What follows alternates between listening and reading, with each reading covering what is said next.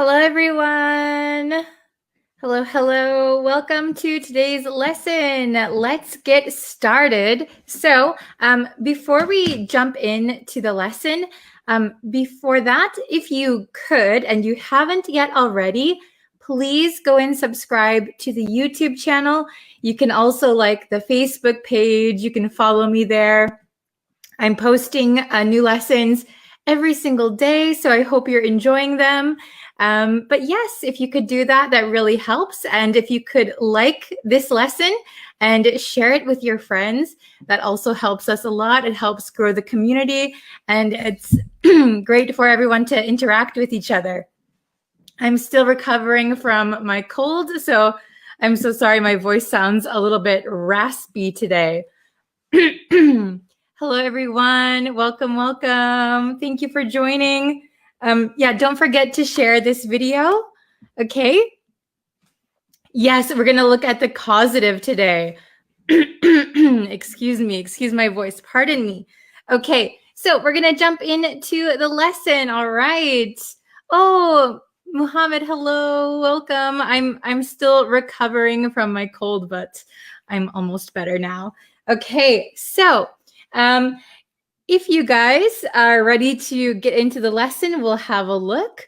So we're going to look at have or get plus object plus past participle, okay? So this is very useful for everyday conversation. This will come up a lot, so it's really important to know and to get the hang of, okay? So we use this pattern when we're talking about, usually we are paying someone to do something for us. Not always paying, but for some reason, someone is going to do something for us. Usually we have to pay them. Okay, so we're going to look at some sentences of this. Okay, so really quick, you can see the definition up here that I wrote. So have or get, you can use either one, have or get, plus the object plus past participle. Remember, it has to be the past participle, okay? And it's used for when we pay someone to do something for us. And here's a special note. Get is less formal. Get is less formal. So when in doubt, you could use have, but when we're talking with our friends or our family, a lot of the times we use get in daily conversation. Okay, so what we're going to do here is I have a sentence. For example, I cut my hair by myself. I cut my hair. And in parentheses here, I have the word get. So we are going to change this sentence to this form, okay, the causative. So we're going to use get in this sentence. And then the next one, we're going to use have, get, have, okay? So we'll get a little of practice for both of them. Excuse me, pardon my voice.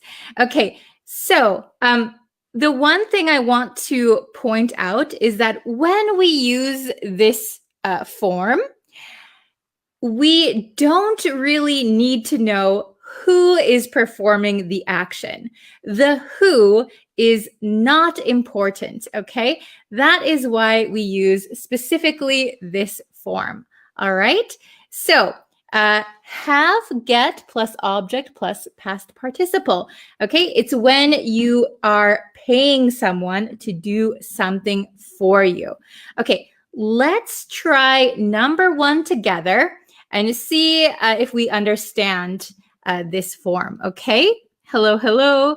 Okay, number one, I cut my hair. So that means I, by myself, cut my hair. But what if I went to the hair salon? I had I'm going to say it. I asked the barber to cut my hair. So how would we say this? We're going to use get for this one. How can we change this sentence using get? Okay. So if you want to write your answer in the comments, you can. Feel free. Oh, very good, Harry. Oh, excellent. Yes. So for this one, we're going to use get, but you could also use have. Very good. So you can see cut. I cut my hair. So we're going to say I got. So we're going to change get to got, the past tense, because I'm using cut in the past. I got. And then what is the object? We need the object. The object is my hair. I got my hair.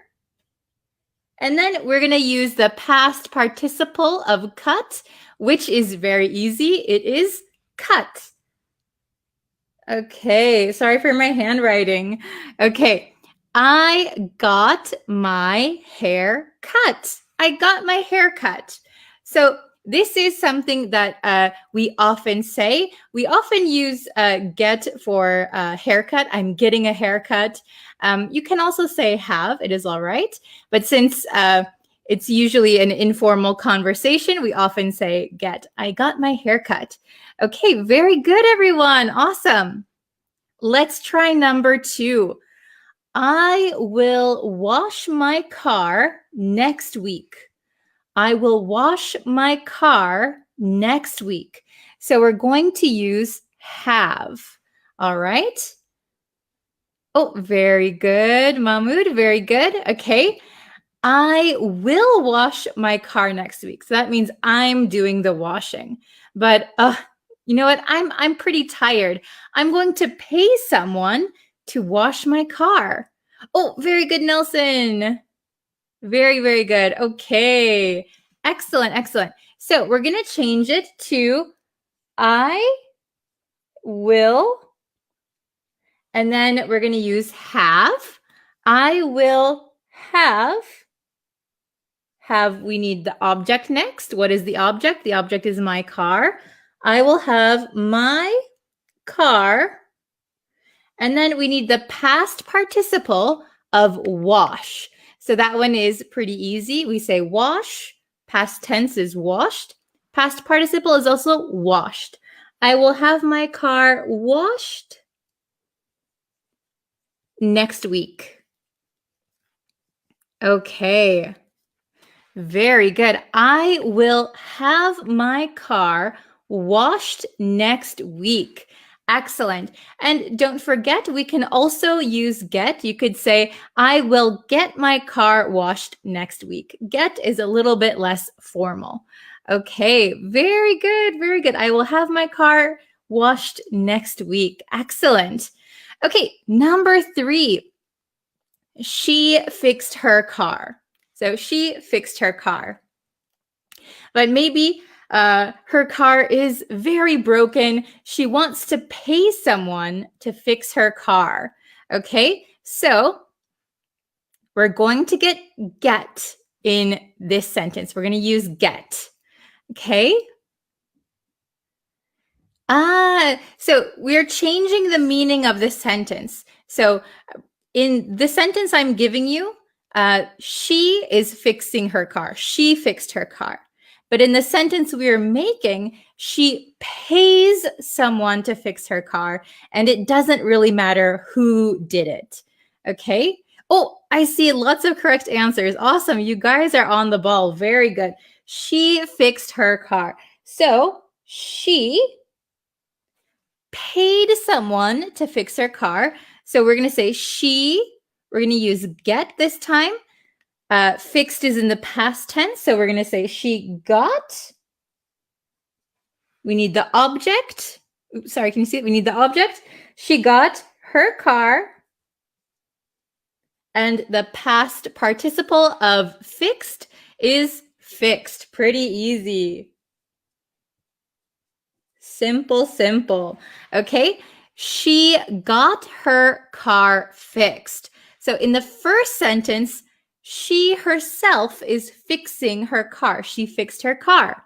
However, the second sentence means she paid someone to fix her car. She got her car fixed. So she did not fix her car. Someone else did. Okay? Last one, number 4. He cleaned his house. We're going to use have, okay? He cleaned his house. So how about he pays someone to clean his house for him? How would we say that? Okay, let's try using have in this one. You can use get, it's okay. Very good, Ashraf. Very good. Okay. So we're going to use have, but cleaned is in the past tense. So we're going to say he had, and then the object is his house. He had his house. And then the past participle of cleaned is cleaned. Easy peasy. Cleaned. Okay, so the sentence would be, he had his house cleaned. So he paid someone. We don't know who the person was. It's not important, but he had his house cleaned means he paid someone or he made someone clean his house. Okay, very good. So remember that get is less formal. So you can use have or get in any of these sentences. But please remember that when we use it, have, get plus object, and we need the past participle. So here, some of these are kind of easy. For example, wash, washed, washed, fix, fixed, fixed. But remember that some verbs, we have to change them quite a bit. So for example, do, did, done, eat, ate, eaten, those kinds of verbs, you have to be a little bit careful, okay? Very, very good. So if you can, why don't you guys write some sentences using have or get plus object plus past participle, okay? So, oh, I see a good example sentence already. Okay. She had her room cleaned. Perfect. This is a perfect example. She had her room cleaned. She is the subject. We're going to use have in the past tense, so had. Object, her room. Past participle of clean is cleaned. She had her room cleaned. So that means she paid someone or she made someone, she forced someone. In either case, she had her room cleaned. Somebody else did it for her. Okay, very good. What is more common, have or get in everyday life? At least in the US, get is used quite often. It's less formal, so we find it a lot in conversation, especially with friends, family members. But have is also used, so you can use either. Very good.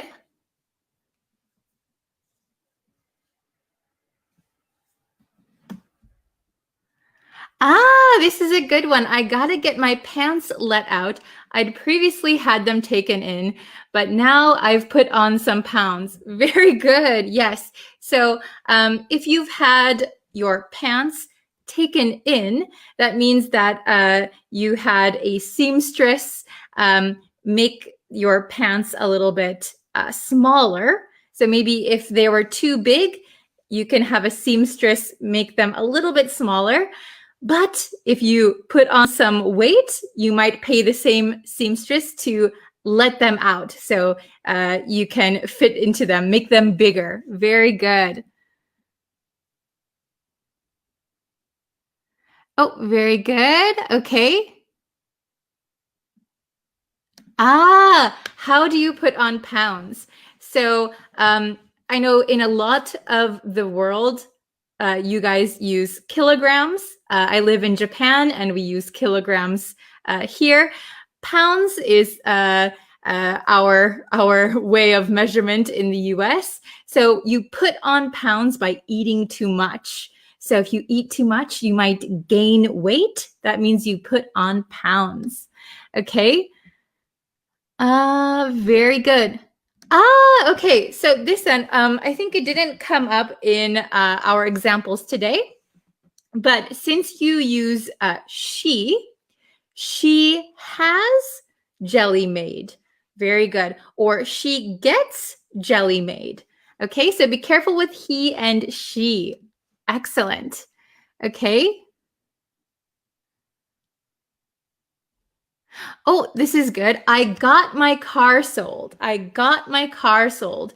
So if you maybe use I don't know, a broker or something, somebody sells your car for you. I got my car sold. Excellent. Okay.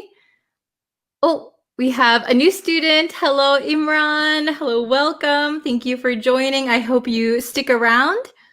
Okay. Oh, can we say, had she got her house cleaned or not? So if you say, had she got her house cleaned, that sounds like a question, not a statement. Okay. Let's see. I got my finger broken last year. I hope that's not true. Sounds very painful. Okay. Let's see. Oh, I don't have any more time left, so I'm so sorry. I have to go. But thank you all for watching today. I hope you leave some more examples in the comments and I will check them. All right. Thank you so much, everyone. I'll see you in a little bit over on YouTube again and on Facebook. Bye, everyone.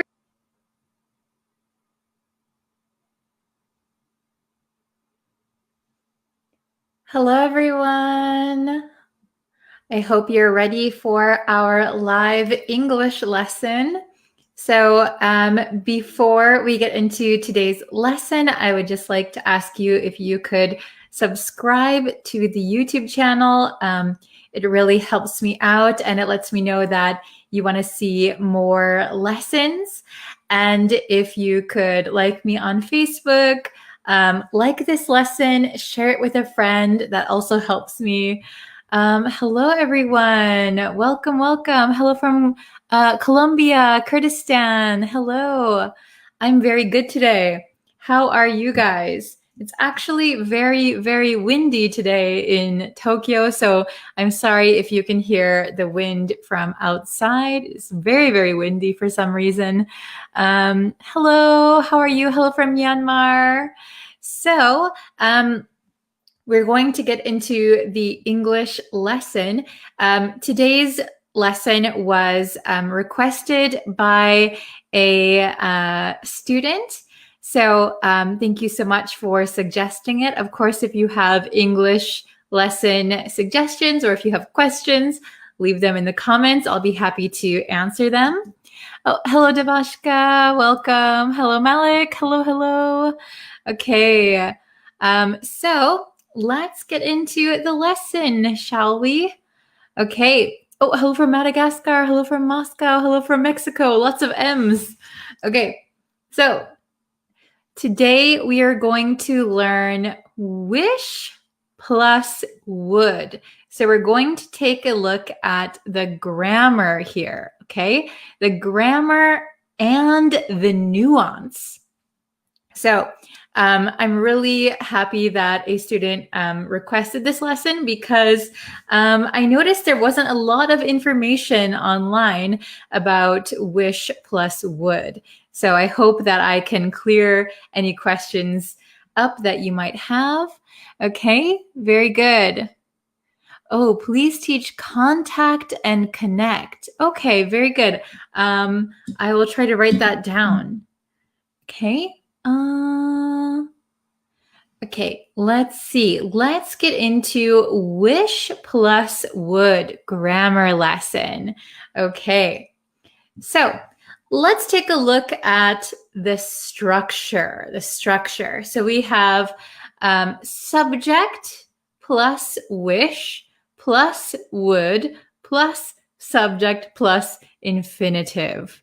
Okay, very good. So we need someone or something and the infinitive. Okay, so let's take a look at this first example sentence. I wish you would be quiet. I wish you would be quiet.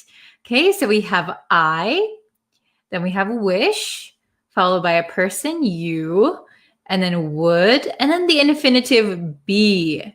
I wish you would be quiet. Okay, very good. Let's see. Oh, excellent. I see some familiar faces in the chat. Hello. Okay, so here, let's look at the nuance. What does wish plus would mean, actually? What does it mean? So we can use wish plus would to talk about things we wish to happen. So wish plus would, we're talking about the future, okay? So here we have, I wish he would stay. I wish he would stay. So if I hear this sentence, it's different from I hope he stays. So if you say, I hope he stays, that means that there is a likely chance that he will stay. I hope he stays. So that is a possibility, okay?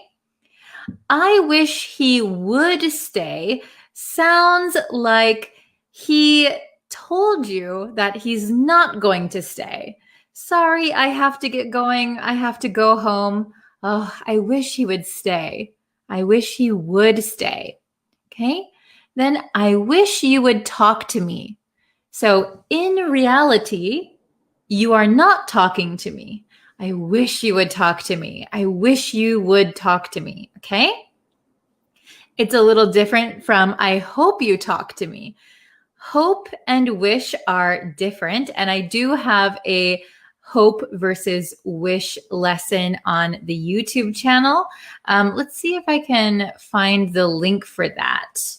And then I can share it. Yeah, I have that link. So I will share it with you. Okay. So if you haven't seen that lesson, I'll put it in the comments, in the description, everything. So if you haven't seen hope versus wish, that is a good one to check out. Okay. So I wish you would talk to me. It sounds like you are not talking to me, and I wish that was different. Okay. I wish you would talk to me. Okay. Wish plus would can also be used to talk about things we wish would, sorry, I didn't go. I meant to skip to the next one. We can use wish plus would if we are annoyed that something is or isn't happening. So this is the big one. This is the big one where the nuance is really, really important. Okay. So when you are annoyed, you're irritated, you could be a little angry, you could use wish plus would. Okay, let's take a look at these examples. Okay, I wish you wouldn't lie to me. So I am annoyed. I don't like it that you are lying to me. So right now you're lying to me. I wish you wouldn't lie to me. So my wish for the future is that you will stop lying. Okay. The next one, I wish she would stop talking. I wish she would stop talking. Oh, she's so noisy. She's so annoying. I wish she would stop talking. Okay? So, if you use wish plus would, it could sound like you are annoyed or unhappy with something. Okay? So, let's look at these 4 examples. Okay? More examples. I wish the teacher would explain it more. Okay, so I'm not satisfied. I'm not satisfied. The teacher isn't explaining it enough. I wish the teacher would explain it more. Okay, number 2, I wish he wouldn't smoke. I wish he wouldn't smoke. So remember that we can use it in the negative. So what is true now is that he does smoke. He does smoke.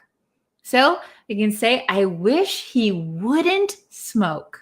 I wish he wouldn't smoke. Okay, let's get into a little bit more complicated sentences. So usually I'm using I as the subject. We're going to change it. She wishes you would help with the chores. She wishes you would help with the chores. So she is annoyed. The implication is that she is annoyed that you aren't helping. She wishes you would help. Okay? So she feels irritated, annoyed. Okay? Last one. They wish we would agree to their plan. They wish we would agree, infinitive, to their plan. Okay, so whoever they are, this could be a business deal, for example, in business. So they wish we would agree to their plan. So maybe if you're doing some negotiations and things aren't working out, you keep not agreeing. They wish we would agree to their plan, maybe as soon as possible. Okay, very good. Before we get into that, let's take a look. Oh, this is a good one. He smokes too much. I wish he would stop smoking. Very good. I wish he would stop smoking. Let's see.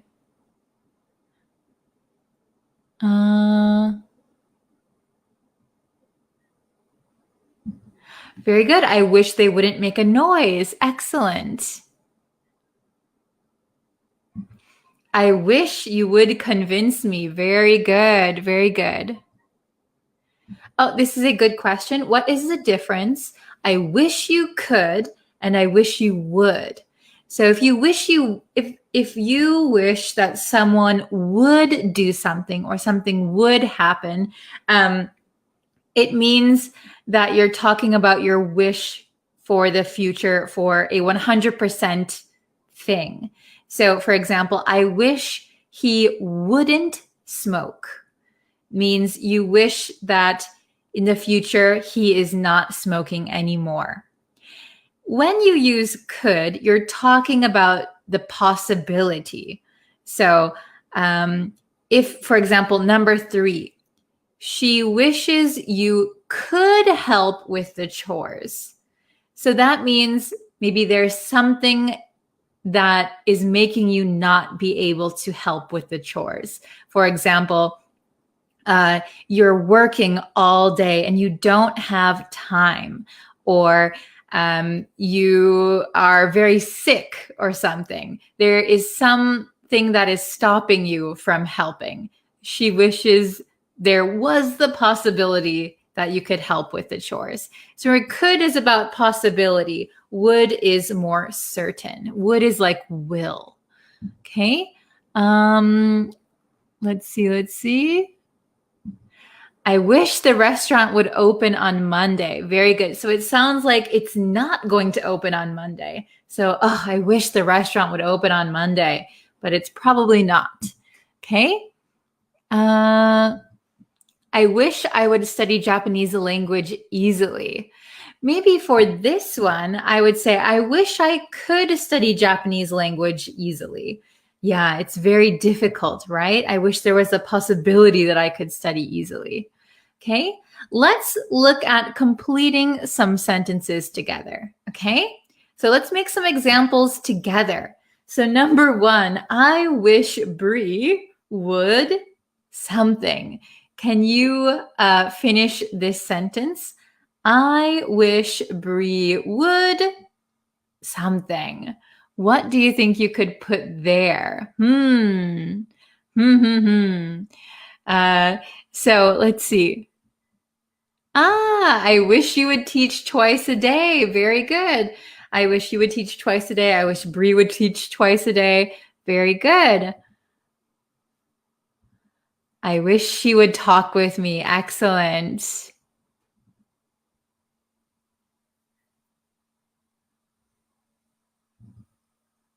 I wish I could speak English more. Yeah, very good. That's wish plus could. Let's see. I wish Brie would continue teaching English. Very good sentence. Excellent. Good job. Be happy. Very good. I wish Brie would be happy. Excellent.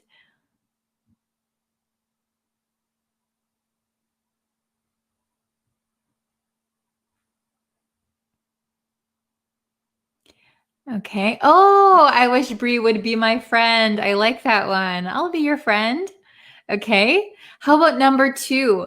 I wish my dad wouldn't something. I wish my dad wouldn't something.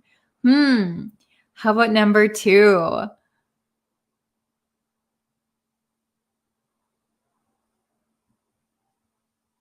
I wish Brie would make peace with me. Very good.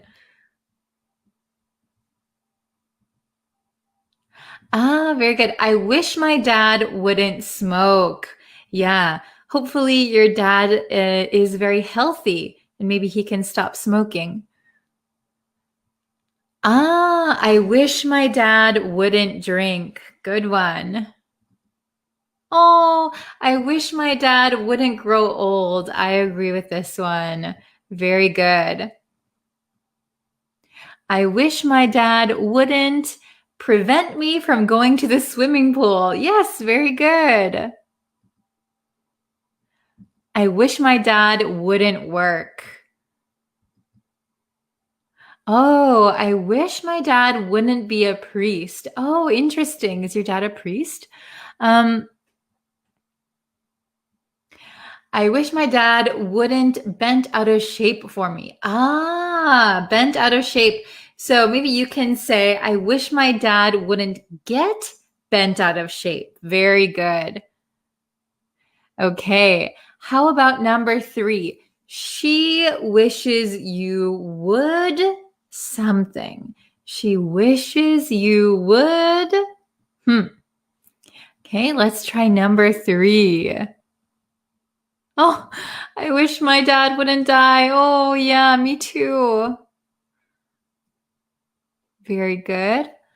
I wish my dad wouldn't annoy. So if you use the word annoy, we need like a person after that.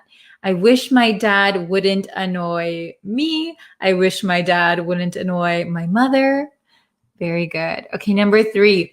She wishes you would. Oops, I got the wrong one. She wishes you would help her. She wishes you would be here. Okay. Oh, I wish this pandemic would end soon. Very good. Me too. She wishes you would be more polite. Very good. Okay.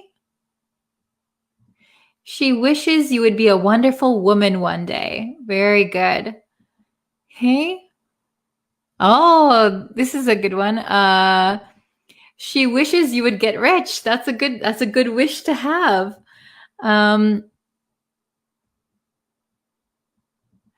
She wishes you would pass the Japanese N5 level. Oh, very good. Tet Tet Win, are you studying Japanese? That's very exciting. Okay.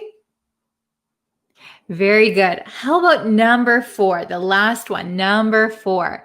They wish we would something. They wish we would what? What do you think? What is the correct answer? Not correct answer. What is your answer, I guess? Could be anything, right? Okay, let's take a look at some other ones. Pass the exam. She wishes you would pass the exam.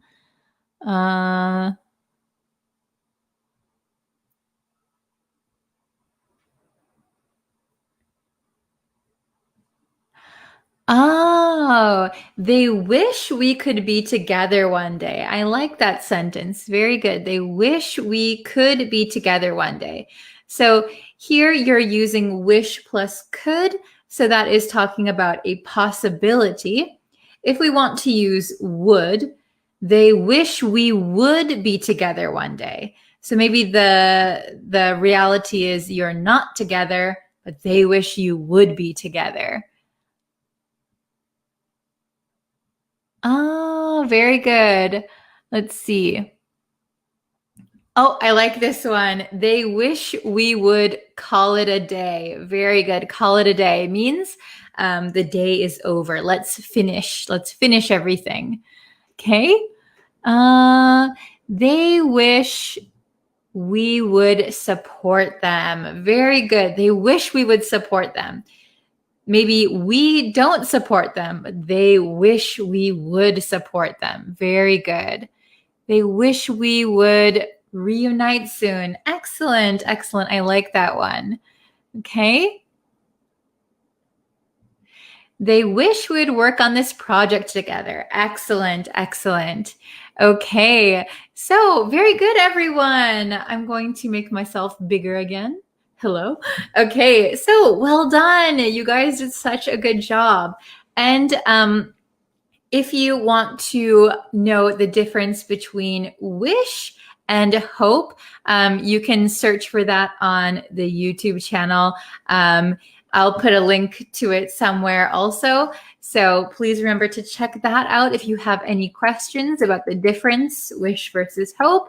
So yes, and yeah, I will be posting another new lesson on YouTube today. So I hope you look forward to that. And I will see you guys very, very soon. If you have any requests for lessons, please leave them in the comments. I'm making a long, long list of lessons.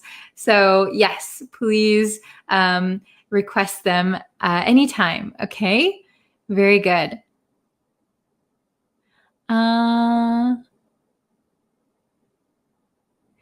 Yes, so this is very good. Sorry, but could you explain a bit about the difference between I wish and I hope? Moreover, why do we say wish you Merry Christmas? Why do we say, and why don't we say hope you Merry Christmas?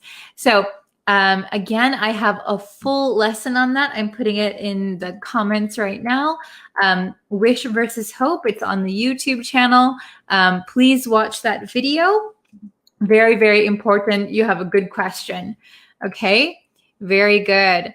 Okay, so I will see you guys very, very soon. Thank you for watching, and please like and share. Okay, thank you, everyone. See you very soon. Bye. Hi, students. Welcome back to another English lesson. Today, we are going to have a little bit of a quiz. Okay, but first, if you haven't yet and you would like to know when I post new lessons and when I go live, please consider subscribing to the YouTube channel. Okay, all you have to do is press the red button, turn on notifications, and then you'll know when I go live. So today's quiz is all about make and do.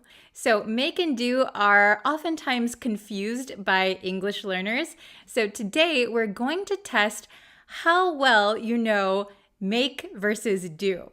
There are 10 questions, and I'm going to give you 3 answers for each one. After I read the question, you'll have about 20 seconds to pick the correct answer.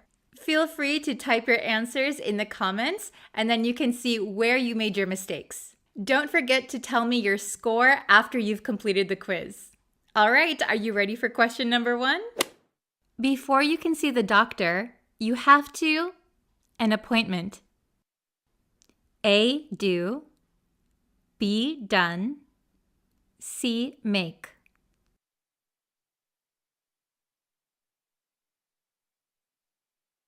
The correct answer is C, make. So when we talk about appointments, we use the word make. We make an appointment. We make a reservation. We would not use do for an appointment. Question number 2. A mistake on the test. A, did. B, made. C, done.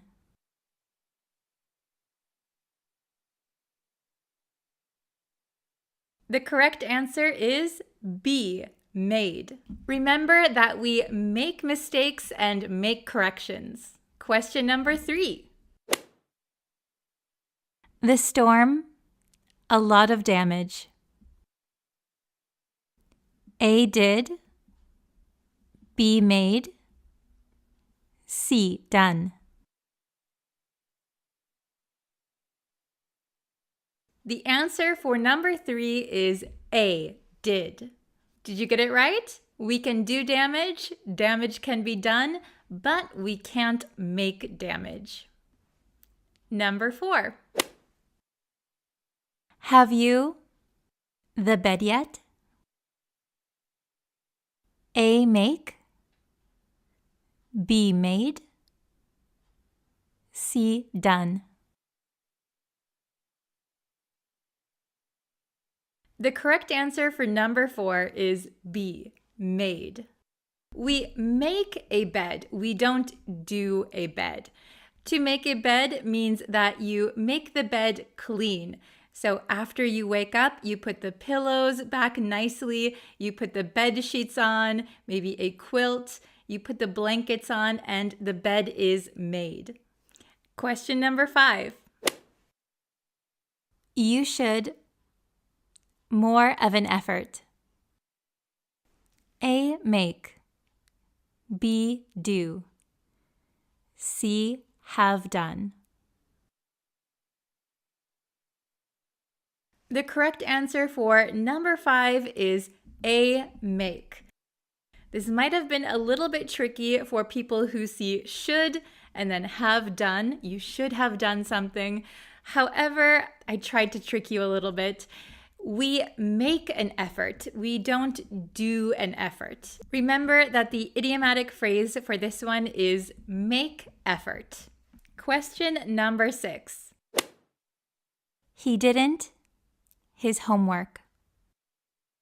A, did. B, make. C, do.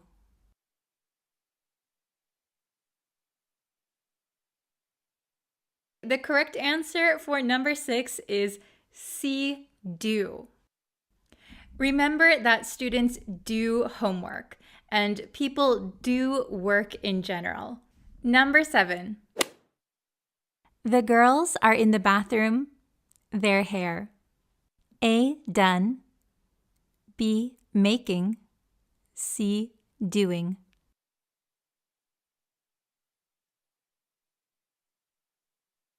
The answer for number 7 is C, doing.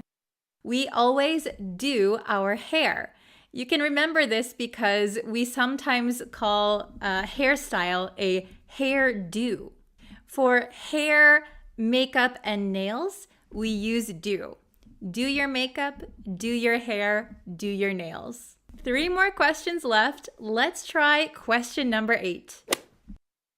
I can't any promises. A, make. B, do. C, did.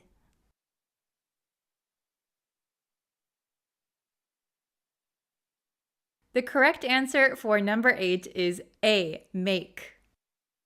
Remember, when it comes to promises and vows, we make them. Make a promise, make a vow. Only 2 more questions left. Number 9. Have you the dishes yet? A, did. B, done.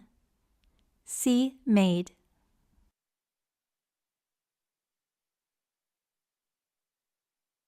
The answer to question number 9 is B, done. Have you done the dishes yet? So dishes is a part of household chores.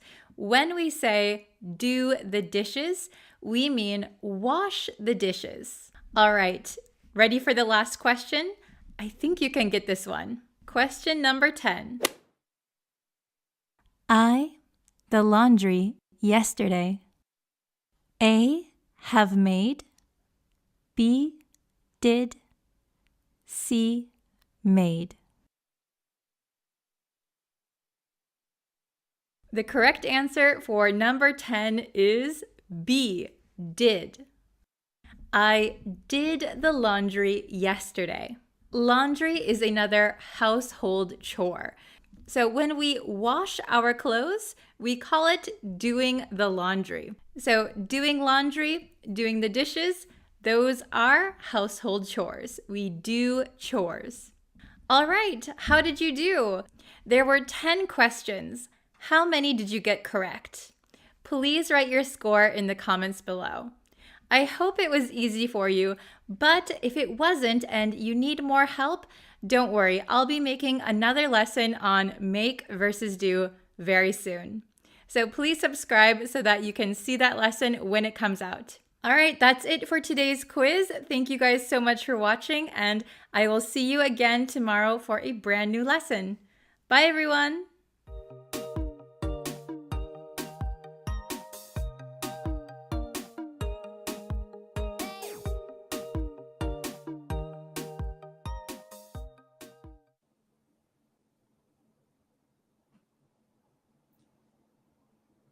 Hello, everyone. Hello, students. Welcome to today's lesson. I know it is a little bit later than I anticipated. That is because of my crazy schedule today. I'm so sorry about that, but thank you for joining today. Just before we get into the lesson, if you haven't yet and you would like to know when I go live, you can subscribe to me on YouTube. And if you turn on the bell notification, it should let you know when I go live. You can also like me and follow me on Facebook. Turn on the notifications on Facebook and you should know when I go live. And also you can follow me on TikTok. Hello from Iraq. Welcome. Hello. Oh, Jalil. Hi, watching from the Philippines. Always nice to see you. Hello, Grammar Miat. Hello, Rosa. Hello, everyone. Welcome to today's lesson. So today's lesson is kind of like a grammar lesson. I think it's a pretty easy one, but it's one that I've been asked a few times. And that is the difference between however and but. Okay? So we use however, we use but all the time. So we're just going to break it down and see if there's any differences between these words. Okay, hello from Myanmar, Baghdad, Algeria. Hi, everyone. Shout out your country in the comments. Let me know where you're watching from. Okay, nice to see you all. Very good. So I'm going to share my screen. There you go. Okay, so this is going to be a very simple lesson. Tetewin, hello, welcome. Okay, so we're just getting started. We're going to look at but versus however. Are they different? Are they the same? Okay, this is our English grammar lesson for today. So first, let's take a look at but, okay? So, but is a conjunction. So that is important to note. It is a conjunction used to introduce a phrase or clause contrasting with what has already been mentioned. Okay? So it is a conjunction. Conjunction. All right, I have some examples for you. The example is, I studied, but still failed. Oh my goodness, has this ever happened to you? You studied, but you still failed. Okay, the next one, I haven't eaten yet, but I'm not very hungry. So as you can see in these two sentences, but is indicating a contrast. Okay, I studied, but I failed. Okay, here, I haven't eaten yet, but I'm not very hungry. Okay, so when we use but, important things to note is that but is very conversational. It's very casual. Okay, so I would recommend, if you are speaking to someone, if you are talking, totally okay to use but all the time. But this, but that, but why, but how. Okay, but is very, very useful for daily conversation. However, I just said however is a little bit more formal. Okay, so but, this is a good question. I was just going to answer this. Can we use but at the start of a sentence? This is what I wanted to get into. So it's a little bit of a controversial topic.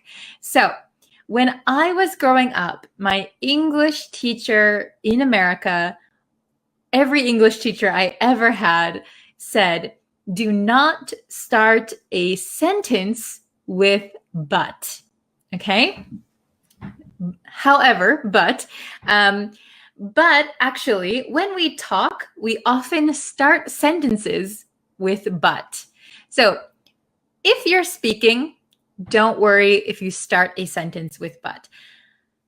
However, on the other hand, if you are writing a paper, and your teacher will be grading the paper, or a professor, or maybe you're taking an English exam and you have to write an essay. To be on the safe side, I would recommend not starting a sentence with but. Okay? So if you're writing a story, definitely there are authors, very famous authors, very famous books where you can see sentences starting with but. I suggest when you're writing an academic paper to avoid using but, because your teacher or your professor might deduct points or might think it is not appropriate. Okay, so just keep that in mind. All right, let's go on to however. Okay, so however is an adverb used to introduce a statement that contrasts with or seems to contradict something that has been said previously. Okay, so if you see here, but is a conjunction. However is an adverb. That is really the big difference. That's the only difference. Okay, let's take a look at the example. Our revenue has increased. Ooh, our revenue has increased. That is a good thing. Our next sentence has a contradiction. However, our clients have decreased. Okay, so here we started the sentence with however. You can also use a comma and make it one sentence, or sometimes you can use, what is it called? No, I can't remember that thing. So our revenue has increased. However, our clients have decreased. This is generally more formal. We use however to be a little bit more formal. Okay, very good. So, however, we can use however in the middle of the sentence, at the beginning of the sentence, at the end of a sentence. Okay, however is more versatile, I guess, than but. Okay. Very good. So next, let's take a look at some examples and you can see how we generally use them. Okay. Oh, let me see. There is a question. Oh, I lost it. Should we always use a comma before but? So here I'm using commas because these sentences can be sentences, this sentence, for example, number 1, I'd like to go, but I'm busy this weekend. So we have I and we have I. So I'd like to go, period. I'm busy this weekend, period. Here we can use a comma, okay? You don't always need a comma. Let's go back to my first example. I studied but still failed. So here, I studied, still failed. So still failed cannot be a sentence on its own. So we can use but here. However, we do not need a comma, okay? Is it understandable? Very good. Okay, so number 1, I'd like to go, but I'm busy this weekend. So this sounds very casual. This sounds like you're talking to your friend. I'd like to go, but I'm busy this weekend. Okay. Number 2, a little bit of a different way to say something similar. Okay. I'd like to go, however, I have a prior engagement. Okay, so this sounds a little bit more formal, right? I have a prior engagement. So I have a, maybe an engagement in this sentence means a promise to do something, a promise to go somewhere. Prior means before. So I've already made a plan. I'd like to go, however, I have a prior engagement. Sounds a little bit more formal, okay? The next one, English is easy, but French is difficult. Okay, English is easy, but French is difficult. Next one, English is easy. However, I find French a bit difficult. Sounds a little bit more formal. Of course, you can simply replace but with however. That is okay.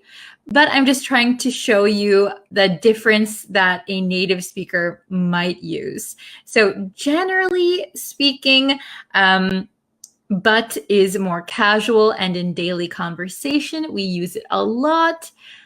However, is a little bit more formal. You will find it a lot in writing. Okay, very good. So I would like to see your examples. If you could write an example with however, if you can write an example with but, I would like to see, okay? Should we always use a comma after or before however? So yes, when you're using however, especially at the beginning of a sentence, however needs a comma. However needs a comma. That is true. So however, comma, blah, blah, blah, blah, blah, or something, something, something, however. So we need to use commas for sure with however. Okay. Okay. You good in English language, but me no. Very good. So I see you're using but. I will just correct your sentence a little bit. I would say your English is good. Your English is good, but mine isn't. Your English is good, but mine is not. Mine isn't. Okay. Very good use of but. Okay. Ooh, the salary has gone up.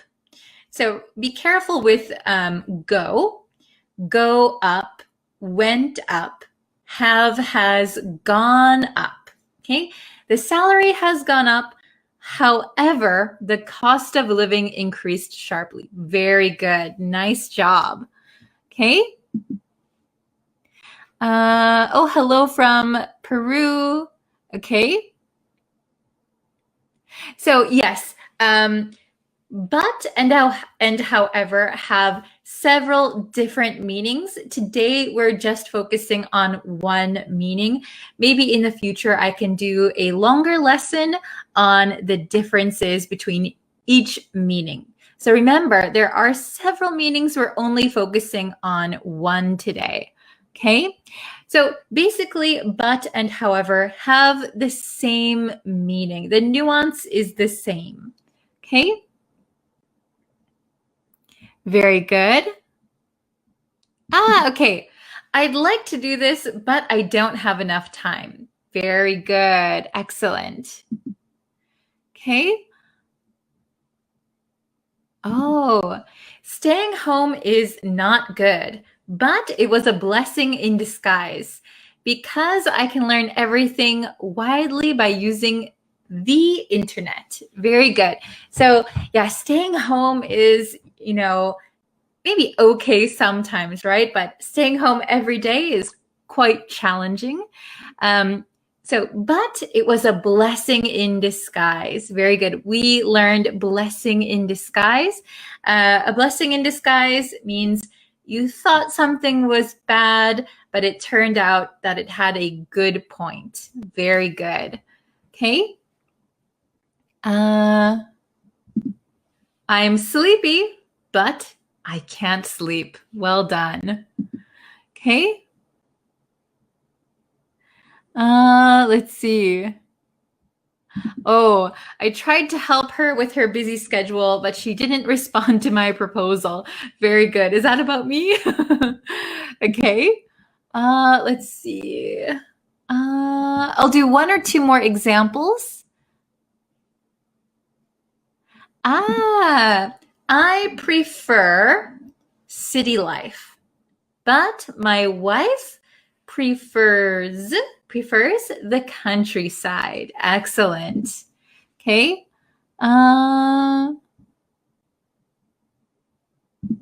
Okay, I like English, but my children don't like it, or my children don't, period. So we can't really end a sentence with like. We need to have something after like.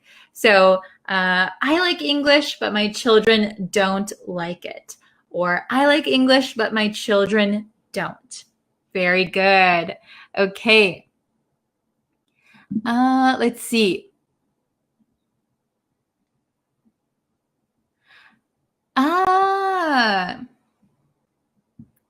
Let's see. There's so many comments. Hold on one second. Let me find one. I like to buy nice things in the market, but what can I do? I don't have money. Great sentence. Well done. Okay. So I think I'm going to end it here. Very good job, everyone. I know this was a simple lesson, but it's a very important lesson. Yes. Connect and contact. Yeah. Okay. I will try to make a note of that, Devashka. Let's see. Connect and contact. Yeah, there are different words. Okay. So if you can connect, contact. Okay. I have a long list I've got to get through. All right. Thank you, everyone, for watching. If you can, please leave a comment with a sentence using but and a sentence using however. And if you have any questions, feel free to leave them in the comments, and I'll try to get back to you as soon as I can. All right. Thank you so much for watching, and I will see you very, very soon. Thank you, everyone. Bye-bye. Hello, I think we're live. Hello, everyone. I'm sorry that I'm going live at like kind of an unusual time. So I hope we can get at least a few new people in here today. How is everybody? Can you comment what country you are from? And yeah, we'll wait for a few people to get into the chat. Oh, hello. Hello, Adil. Hello, Kiamin. Hello. So, sorry for going. Oh, the chat just exploded. Hello, Patel. Nice to see you again. Jackson. Hello from India. Let's see.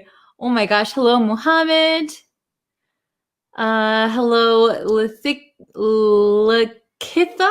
Lakitha. Oh, I'm gonna try with names. How is everybody? Hello from Iraq. Hello. Oh, United Arab Emirates. Hello. Okay. Oh, let me see. Oh my gosh, the chat just went crazy. I can't see everybody. Hello, Tet Win from Myanmar. Hi, okay. So nice to meet you. If you're new, nice to meet you. If you've been in previous lessons, welcome back. I'm trying to block the sun. Can you see the sun? I'm filming at a kind of weird time right now, so the sun is like directly behind me. So I'm going to try and make sure you're not blinded by the sun. So yes, okay, so everyone, thank you so much for joining today. Hello to the new people and welcome back to people who've been here almost every time. We are going to review some previous lessons, okay? So I think I got this suggestion from a couple of students that they want to review previous lessons. So usually I do a review every Friday, I think, every Friday. And so, ooh, I think there's like a shadow here. Oh my goodness. Oh, the light is crazy. Okay, so I got a suggestion that we do reviews on a variety of previous lessons. So I'm going to try and do that today. Okay. Oh, nice. Very good. Okay, so let's review some of the words that we have today, okay? So these are all ones that we've studied previously, okay?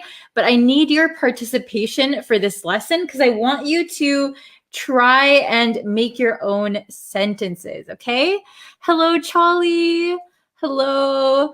Okay, so we have these 4 today that we're going to review. Oh my gosh, this shadow is crazy. Okay, so we have once in a blue moon. Once in a blue moon. So we learned this before.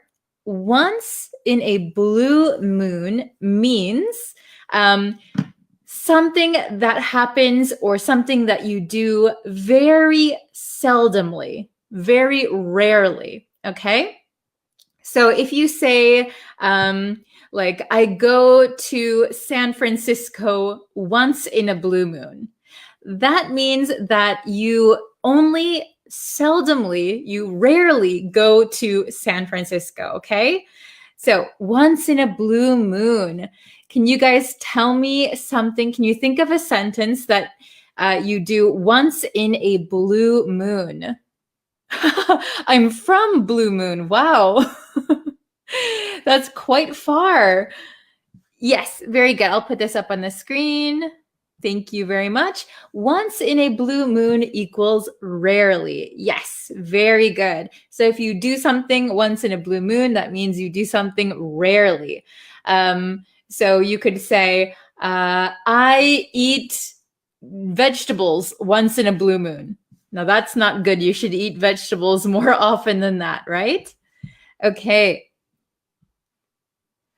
Ooh, very good. I see a rainbow in once in blue moon. Very good. So you can say, I see rainbows, or I see a rainbow once in a blue moon. Once in a blue moon. Very good. Okay.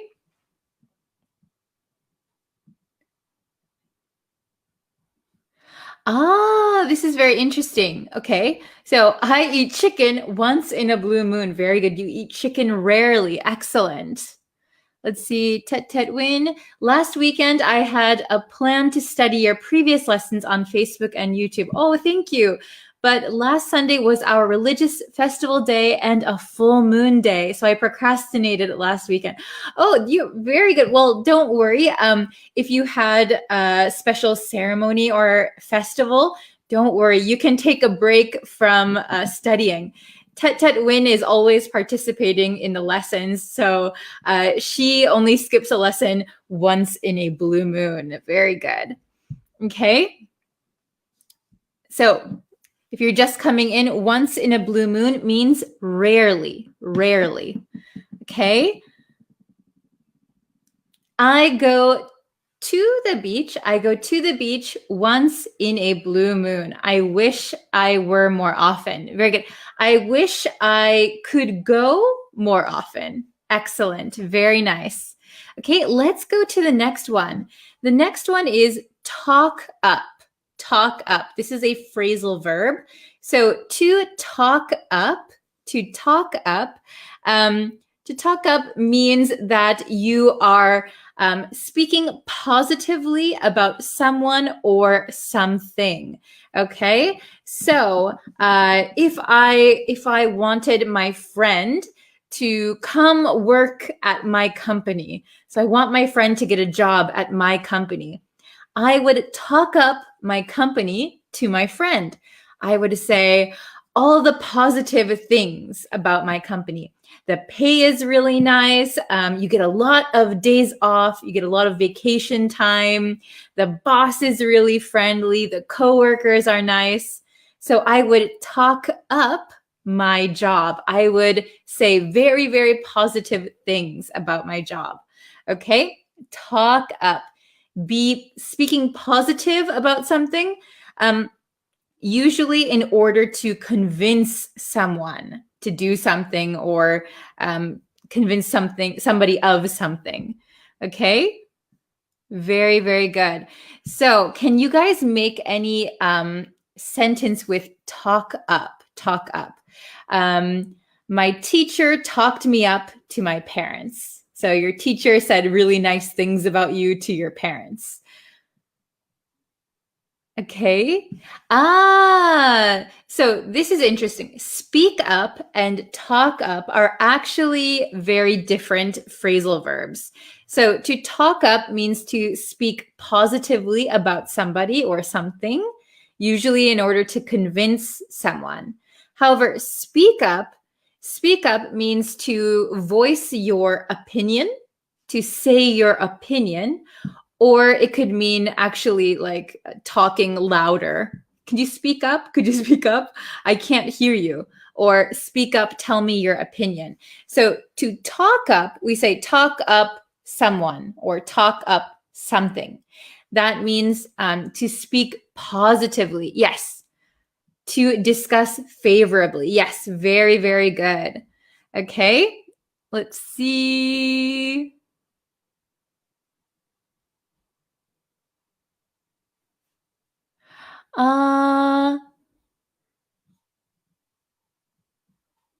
Oops. Okay, sorry, the chat just went crazy. I think I saw an example, but I lost it. Okay, very good. I would talk up my country to my Facebook friend. Yes, I would talk up my country. So you would say many positive things about your country. Very good. I talk up about Breeze to my friends. Oh, thank you. So you could just say, I talk up Bree to my friends. Perfect. You don't need about actually. Talk up and then someone or something. So I talk up Bree's lessons, for example. Thank you, by the way. Very kind of you. Okay. Oh, another one. I like to talk up about your online lessons. Very good. So I see a lot of people saying talk up about, but actually we don't need about. We just need talk up. So I like to talk up your online lessons, like to my friends, for example. You guys are flattering me. Thank you very much. Too kind. I always talk up about Brie as an English teacher. Oh, thank you very much. You guys are too kind. And again, we don't need about. I always talk up Brie as an English teacher. That is perfect. But thank you for being so kind. Okay. Ooh, I talked up my parent about my boyfriend. Okay, so again, we don't need about. So you could say, I think you want to say, I talked up my boyfriend. I talked up my boyfriend to my parents. So you said very nice things about your boyfriend to your parents. Very good. Oops. Hello from Myanmar. Hello. Okay. Let's see. And by the way, this talk up is separable. Okay. So we could say, I talked up, you could say, I'm going to talk you up, talk him up, or talk up him is okay too. Okay. So it's separable, or you can keep it together. Very good. Okay. Very, very nice. Okay, I see a lot of good examples. Okay, I think you all got it. So the next one, if you remember, up in the air, up in the air. So if something is up in the air, do you guys remember what it means? Up in the air. So if something is up in the air, that means that something is undecided. Undecided. You haven't decided anything yet. Okay? Up in the air. Very good. Oh, you're welcome. Okay, so I'll give you an example of something up in the air. So for example, I wanted to travel to my hometown next month. I wanted to travel to my hometown next month. However, things are still up in the air and I haven't made a decision yet. So maybe my arrangements have not been finalized. Nothing has been decided. Yes, not certain, not certain. Things are still up in the air. So I don't know if I'm going to go home next month. Okay. Oh, very good. Oops. We can see up in the air. Yeah. If you look up in the air, you can look up in the air, or you can like throw something up in the air. But here, up in the air means uncertainty. Yes. Let's see. My future plans are still up in the air. Very good. My future plans are still up in the air. Okay. Yes. We plan to visit the beach, but it's still up in the air. Very good. We plan to visit the beach, but it's still up in the air. So our plan is still up in the air. Very good. Our marriage is yet up in the air. Very good. Our marriage is still up in the air. Still up in the air. That means you haven't decided whether to get married or not. Very good. So up in the air, uncertain or undecided. Excellent. Okay. Let's see. Oh no, everyone's saying the same thing. My marriage is up in the air now. Oh no, I hope you're able to get married soon as planned. Okay. This is a very simple one. Very good. This is, I think you'll hear this a lot with native speakers. My plans are still up in the air. That is a very common expression, common phrase. My plans are still up in the air. So my plans are undecided. Very good. Okay. Excellent. Let's see. Very, very good. Yes. Very good. Okay. Let's see. Oh, hello from Libya. Hello.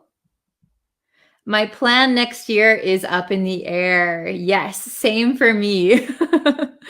Okay, very good. I think you all have it down pretty well. Good job. Okay, then the last one we're going to look at is hit the books. Do you guys remember what hit the books means? Okay, hit the books. Does anyone remember what it means? So if you hit the books, that means you start studying very hard and very seriously, okay?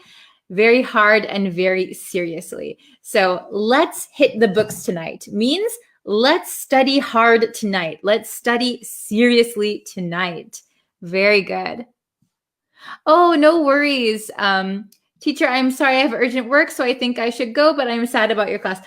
No problem. You can always come back and watch the replay of the lesson. It will always be available, so no worries. And I'll be back tomorrow. And remember that I have all kinds of lessons on the YouTube channel, so please subscribe.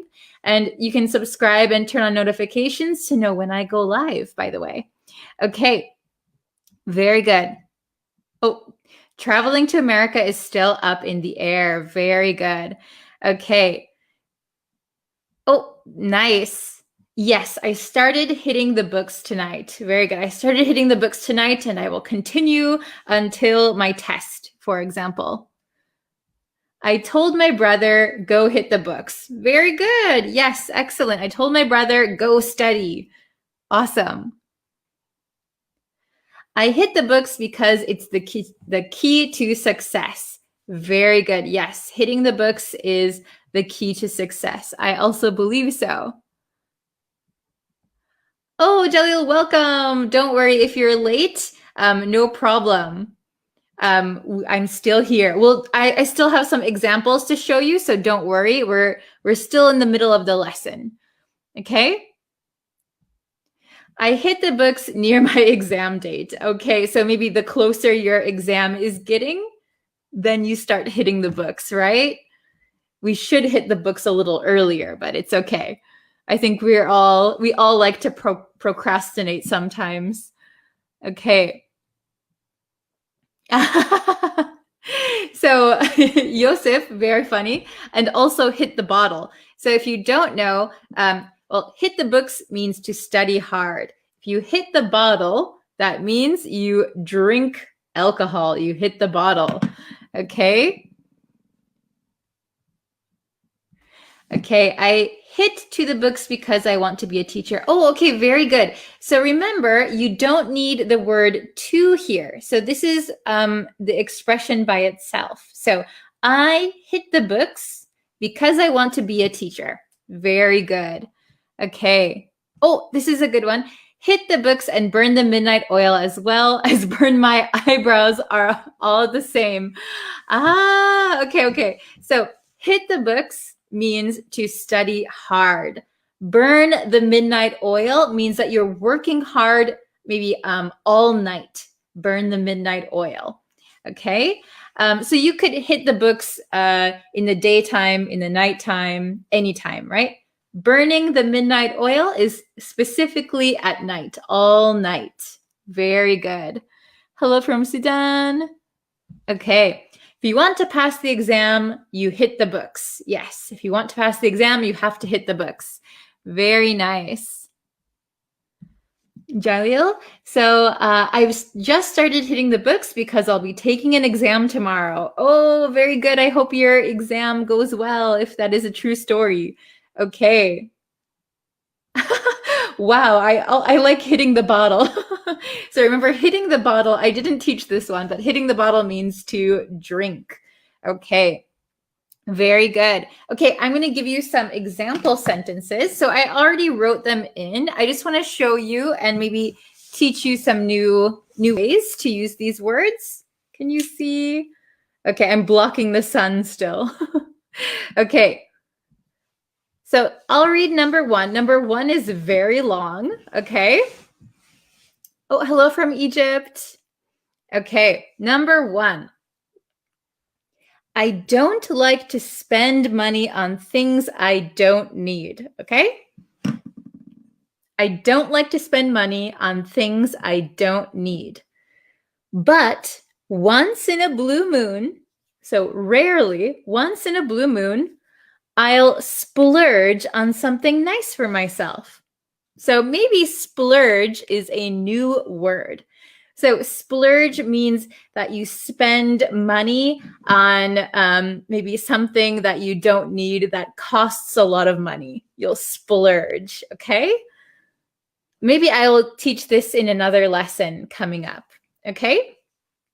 I don't like to spend money on things I don't need. But once in a blue moon, I'll splurge on something nice for myself. So maybe you buy an expensive pair of shoes once in a blue moon. Or maybe you treat yourself to a nice dinner once in a blue moon. Okay? Not every day, maybe not even every month, but occasionally. Okay? Number 2, he really wants us to meet his friend. He was talking him up. See, it's a separable phrasal verb. He was talking him up all evening. He really wants us to meet his friend. He was talking him up all evening. So he kept saying very positive things about his friend. Hey, don't you want to come meet my friend? He's really nice. He's really kind. He's really smart. Okay. Oh, this is a good question. Splurge, is it like spend? Yes. So splurge means maybe spending a lot of money, a little bit more than usual on something nice or luxurious or something that you like. Splurge. So usually I cook at home, but sometimes once in a blue moon, I'll splurge on going to a fancy restaurant. So I'll spend a little bit more money to get something nice. That is splurging. Okay? Very good. So number 2 was, he really wants us to meet his friend. He was talking him up all evening. Hey, my friend's really smart. My friend is a really nice guy. My friend is a good businessman. He's very kind. So saying all the positive things about the person and trying to convince someone to maybe meet your friend. Okay? Oh, Patel, very good. Splurge is a new word. Yeah, I thought splurge might be a new word for many people. So I thought I should include it. Okay? Very good. Okay, number 3.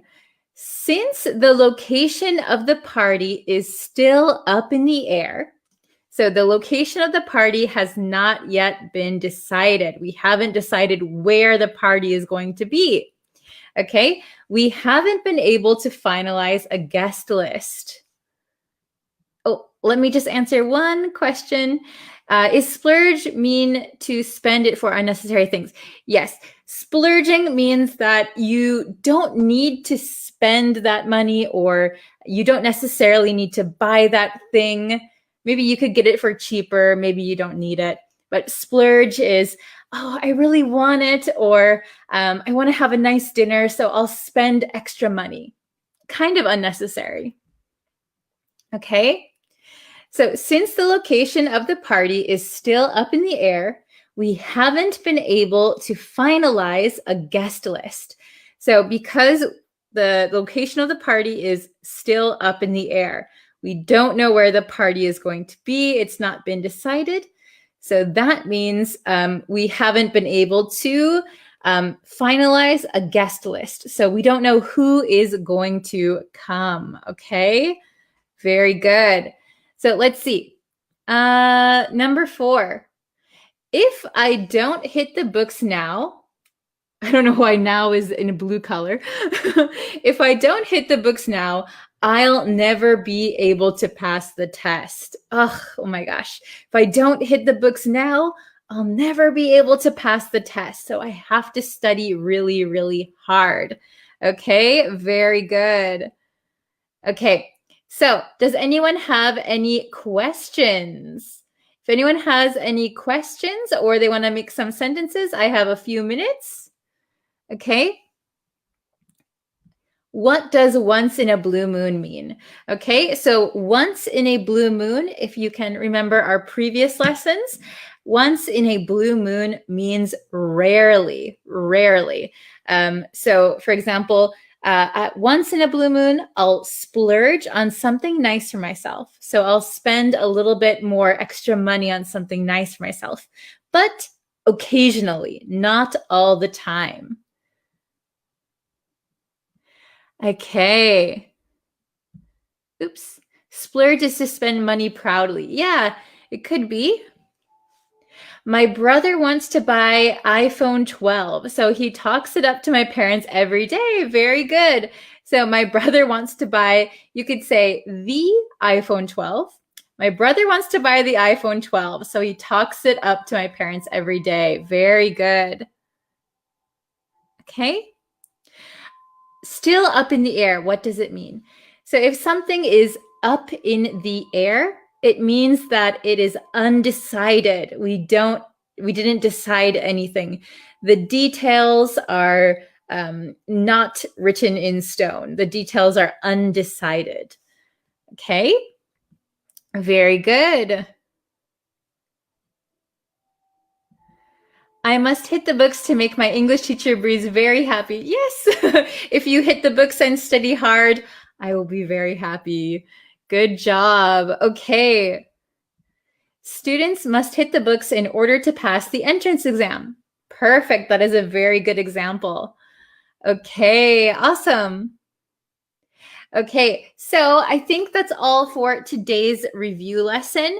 Maybe this week I'll do some more reviews, but I'll also maybe add in some new words here and there. And maybe we could review some grammar as well. Okay? Okay. So, let me just answer one question really quick from Tet Win. So let me know the difference between afraid of and scare. So if you say afraid of and scared of, they mean the same thing. So I'm afraid of the dark. I'm scared of the dark. Okay, but the word afraid, we are afraid, to be afraid. Okay, but scared, to be scared, then we can also scare someone. Okay, so I scared my brother when I jumped out from behind the door, right? But we can't say I afraid my brother, right? So I am afraid, I am scared. I'm afraid of something, I'm scared of something. But we can also use scare on someone else, right? I scared him, I scared her. Okay, the ghost scared me. We don't say the ghost afraid me. Okay, so just be careful of those points. Okay, very nice. I want to visit Japan, but it is up in the air. Yes, so your plans for visiting Japan are up in the air. They're not decided. Very good. Okay, so thank you guys so much for joining this lesson. I'll be back tomorrow, and remember that I will be posting on the YouTube channel every single day, so please go subscribe to the YouTube channel. I'll actually, let's see if I can put it in the comments really quick. Oh my goodness, so let's see. Hold on one second. Can you guys still see me? I minimized my window. Let's see. Hold on one second. I will send you the link.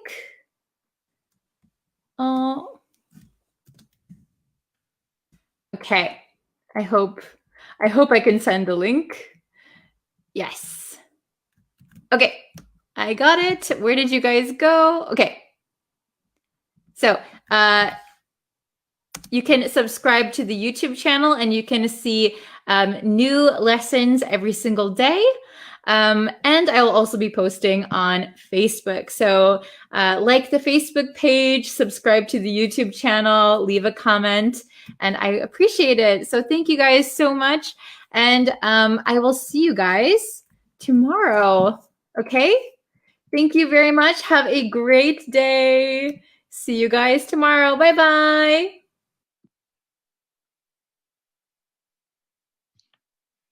Hi, everyone. Hello, welcome to our lesson. Thank you for joining. I hope everyone is doing well today. I did a different lesson today on Facebook already. So if you're not and you want to see those lessons, you can go find my Facebook page. It's the same name as here. So if you just search for my name, Breeze Practical English, on Facebook, you'll be able to find it. Okay, so today I wanted to go over two essential phrases for the office or for business. And if you are not using English for business, but just for general daily life, these are also very, very important words to know. So I have two of them for you today. We have, I'll block the sun. We have catch up on something and catch up with someone, okay? So catch up on something, catch up with someone. So the difference is obviously the on or the with, and something or someone, okay? So you probably have heard catch up in general. Catch up means like to get up to speed on something. So that's generally the same meaning as catch up on and catch up with. But just know that we use catch up on something.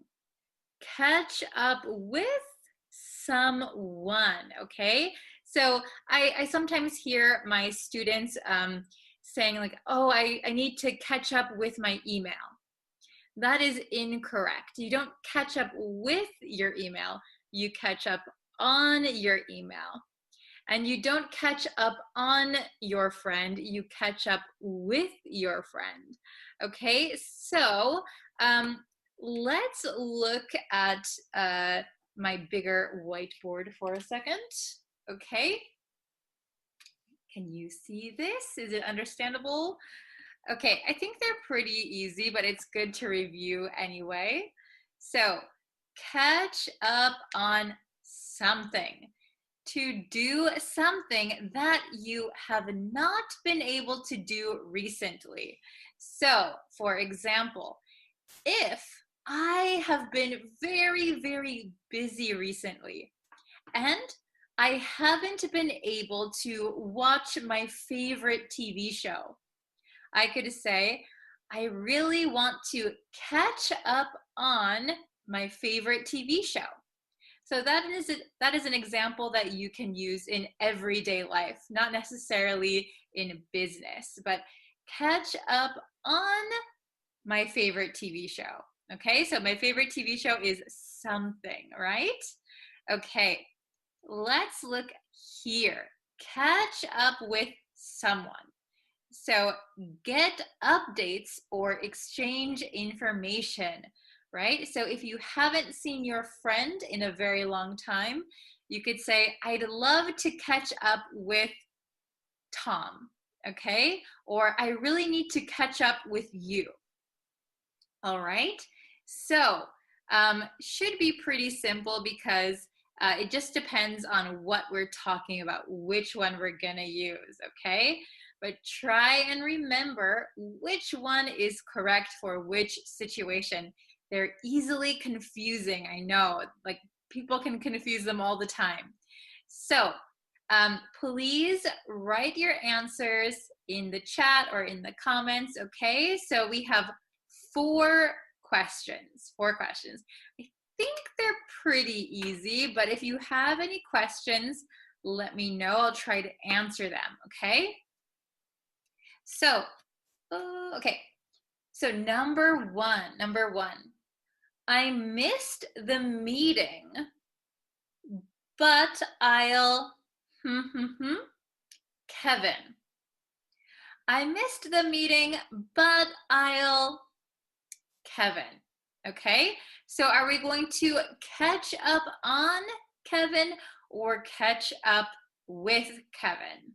Which one do you think is correct? What is the correct answer?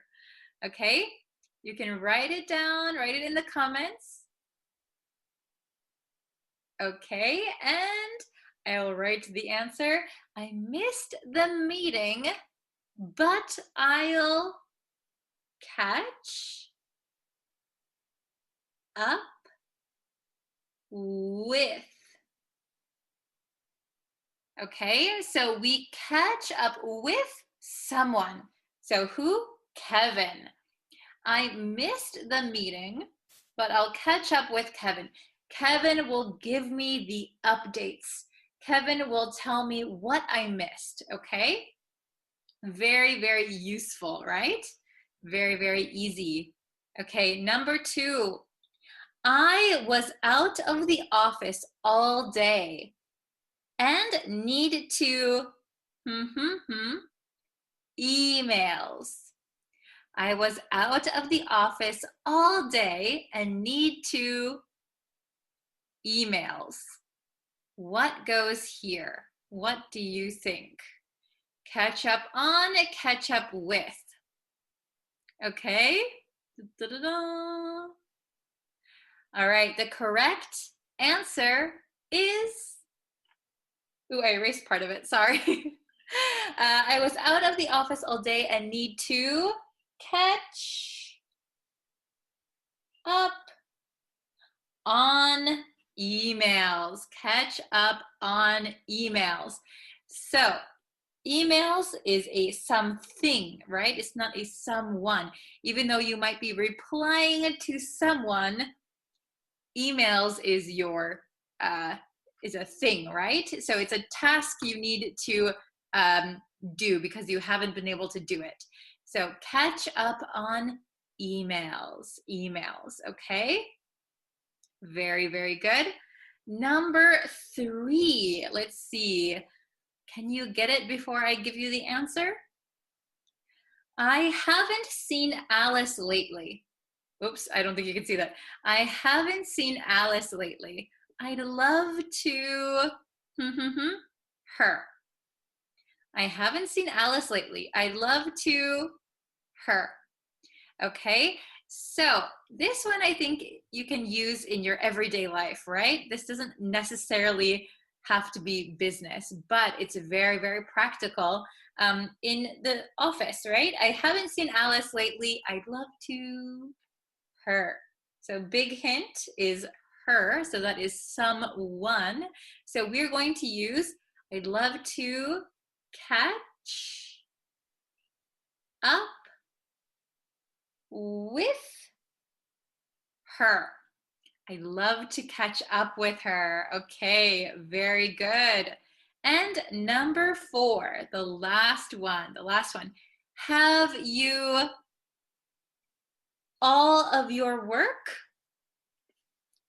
Have you all of your work?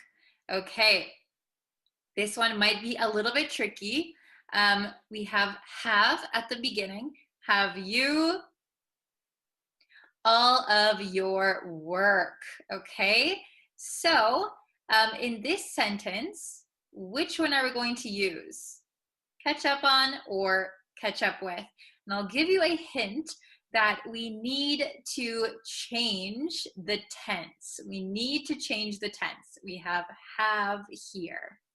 Okay, does anyone know the correct answer? Do you know the correct answer? Okay, so I'm going to put it down. Have you, we're not going to say catch because we have you. Have you caught up on all of your work? Have you caught up on all of your work? So, work, right? That is something. So, have you caught up on all of your work? Means, have you completed all of your work? Are you up to speed? Are you all caught up? Okay? So you don't need to catch up anymore. You've already caught up. Okay, so we can use these in like different tenses, just so you know, okay? So for example, he's catching up with Kevin. Kevin is all caught up on emails, okay? So remember that you can and need to change the tenses sometimes, okay? So just remember, catch up on something. So to do something that you have not been able to do recently, okay? You need to catch up, all right? Catch up with means get updates or exchange information. And this is to catch up with someone. So somebody you haven't seen or you haven't, you need to get information from them, right? So number one, I missed the meeting, but I'll catch up with Kevin. I missed the meeting, but I'll catch up with Kevin. Kevin will give me the information. Number two, I was out of the office all day and need to catch up on emails. I need to catch up on emails. So I'm a little bit behind. I have a lot of unread emails. I need to reply to them. Okay, number three, I haven't seen Alice lately. I'd love to catch up with her. I haven't seen Alice lately. I'd love to catch up with her. I'd love to know how she is, what's going on. So she could be your coworker or she could be your friend, right? And the last one, number four, have you caught up on all of your work? Have you caught up on all of your work? Is everything completed? You're not behind on your work? Everything is done? Okay, have you caught up? All right, I hope this was understandable. Okay, so just get used to saying it like I say in a lot of my lessons. If you want to be able to say this naturally and without hesitation, it just takes practice, right? So practice making your own sentences. Of course, writing is very good, but don't forget to say your sentences out loud. So I see a lot of my students writing in the comments their examples, which is very, very good. But please remember to say them out loud, and that way you're going to remember them much, much easier, okay? So catch up on something, catch up with someone, all right? Okay, so thank you, everyone. Ooh, I'll block the sun, okay. Thank you so much, everyone, for watching. I will have new lessons out very, very soon, and actually, I think I should just announce it here. I think, let me block the sun. I think what I'm going to do is in December, I'm going to try and upload on YouTube every day. So every day a lesson will be uploaded. Okay, let me know what you think, and I think I can do it. Yeah, I think I can do it. So let me know what you think, and let me know if you have any lesson suggestions also. I'm very open to teaching you what you want to learn, okay? So I get a lot of requests, but if you have some, leave them in the comments, and I always check my comments, so I will definitely see them here. Okay, thank you guys so much for watching, and I will see you in our next lesson, all right?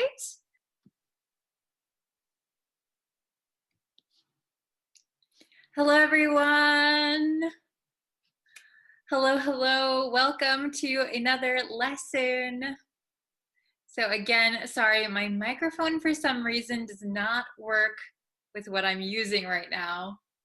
And I'm sorry if the audio is a little bit difficult to hear. Please leave in the comments if it is difficult. Can you hear me? Is it okay? We're gonna try our best today. Okay, so today I wanted to go over a phrasal verb, which is actually two phrasal verbs, but they mean exactly the same thing, okay? So we're gonna go over these together. And let's see. Does anyone know these phrasal verbs? Have you heard these before? So we have to breeze through something and to sail through something. To breeze through something and to sail through something. So these phrasal verbs mean the same exact thing, okay? And the meaning of these is that to breeze through, to sail through something means you easily do something well, or you easily succeed at something, okay? So we also have a another expression. Maybe you have heard it. So we can say, the test was a breeze. The test was a breeze. So breeze means easy. It was easy. So I breezed through the test, or I sailed through the test. So when you use these phrasal verbs, remember that it means that it was so easy, no problem, okay? So if you breeze through a test, if you sail through a class, that means you must be very smart, right? It was so easy, it was not a problem, okay? To breeze through, to sail through. Okay, we're gonna look at my other whiteboard, and we're gonna see some exercises that we can do together. Well, together, but actually I already wrote the answers because to breeze through and to sail through mean the exact same thing. So we don't really have to ask any questions, right? So, okay, we'll do these, we'll look at these together, and we're gonna pay attention to pronunciation also. So this is really to get used to saying these, to get used to using these phrasal verbs, right? Because you could learn all day long phrasal verbs, but if you don't use them, if you don't actually say them out loud, you're probably going to forget, okay? So I want you to say these with me when we review them, okay? But first, let's look at this again. So to breeze or to sail through something, it means to do something successfully and easily. Successfully and easily, okay? So think of what you can do successfully and easily.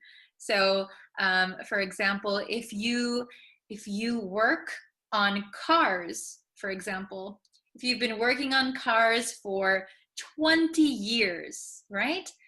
Working on cars, it's a breeze. It's a breeze. I breeze through working on 10 cars a day, right?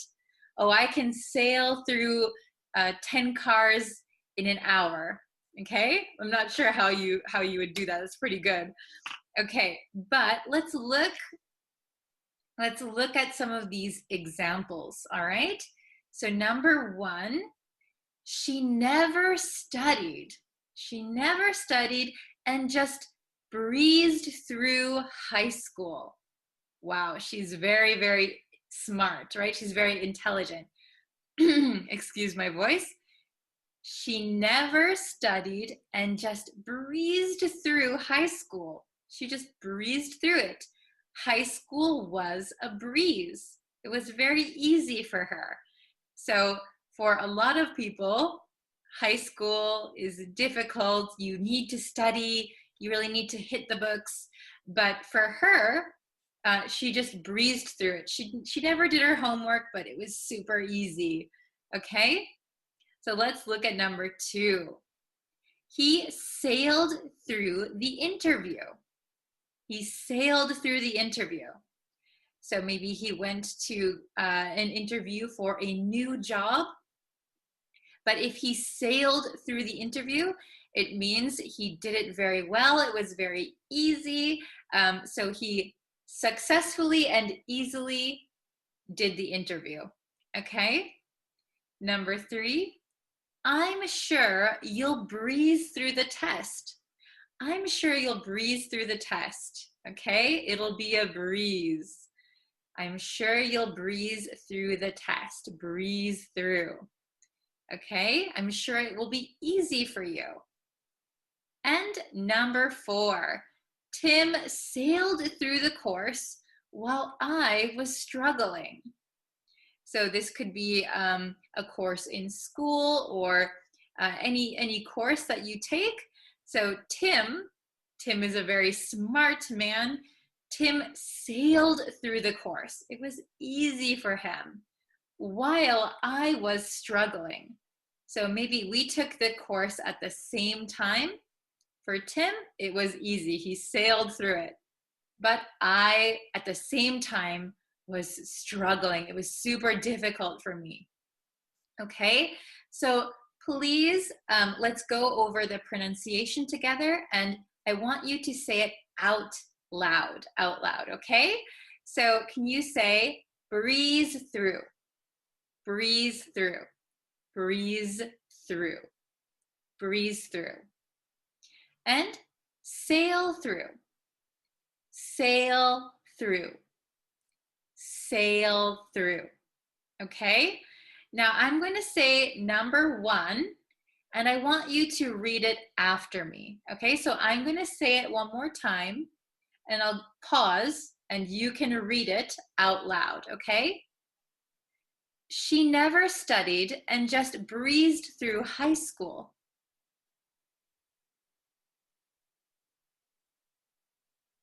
Okay? One more time. She never studied and just breezed through high school. Okay, did everybody do it? Okay, number 2. He sailed through the interview. Again, he sailed through the interview.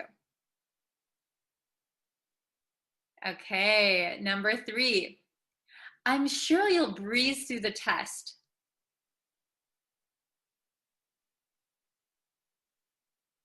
Okay, I'm sure you'll breeze through the test. Okay, so when we say it very quickly, you might notice that I said, I'm sure you'll breeze through, breeze through, breeze through. The z and the th almost become one. Breeze through, breeze through, breeze through. Okay, number 4, Tim sailed through the course while I was struggling.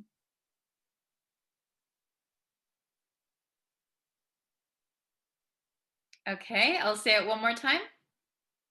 Tim sailed through the course while I was struggling.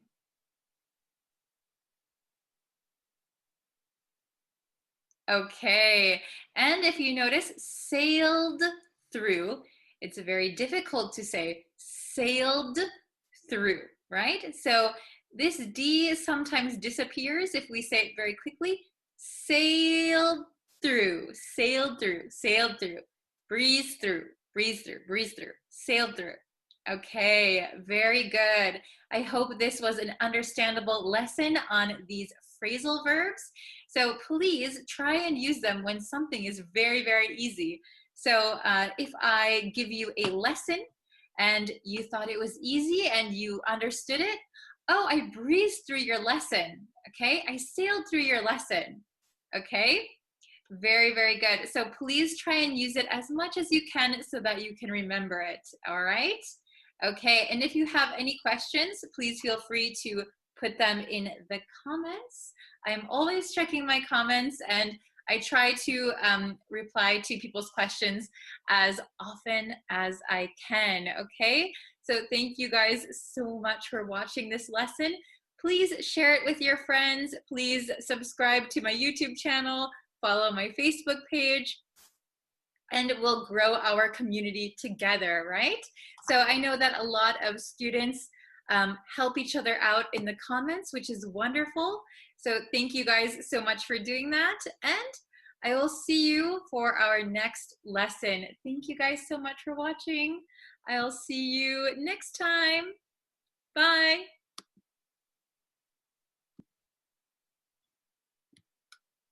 Oh, hello. Hello, everyone. Excuse my voice again, always. I think because I'm teaching every day, all day, my voice sometimes disappears, so I apologize for that. But anyway, if you are just joining now, please go ahead and subscribe to this YouTube channel. If you would like to know when I post new lessons and live lessons, so if you subscribe and if you turn on the bell notification, that will let you know when I post new lessons here, which is why you're here, I think, right? To learn English. And if you are new, hello, my name is Bree. I teach American English. So I'm from the United States. So my accent is an American accent. So we learn American English here, okay? So I wanted to get into two confusing phrasal verbs, that a student actually requested me to make a video about. So here it goes, okay? So we have these two. Oh my goodness. Have you heard of these before? So we have run into, and come across, come across. Does anyone know either of these phrasal verbs, to run into or to come across? Okay, so they both are very, very similar, and we can even use them interchangeably sometimes. However, there is a big difference, which I'm going to explain. Okay, so when you run into someone, right? We say run into someone.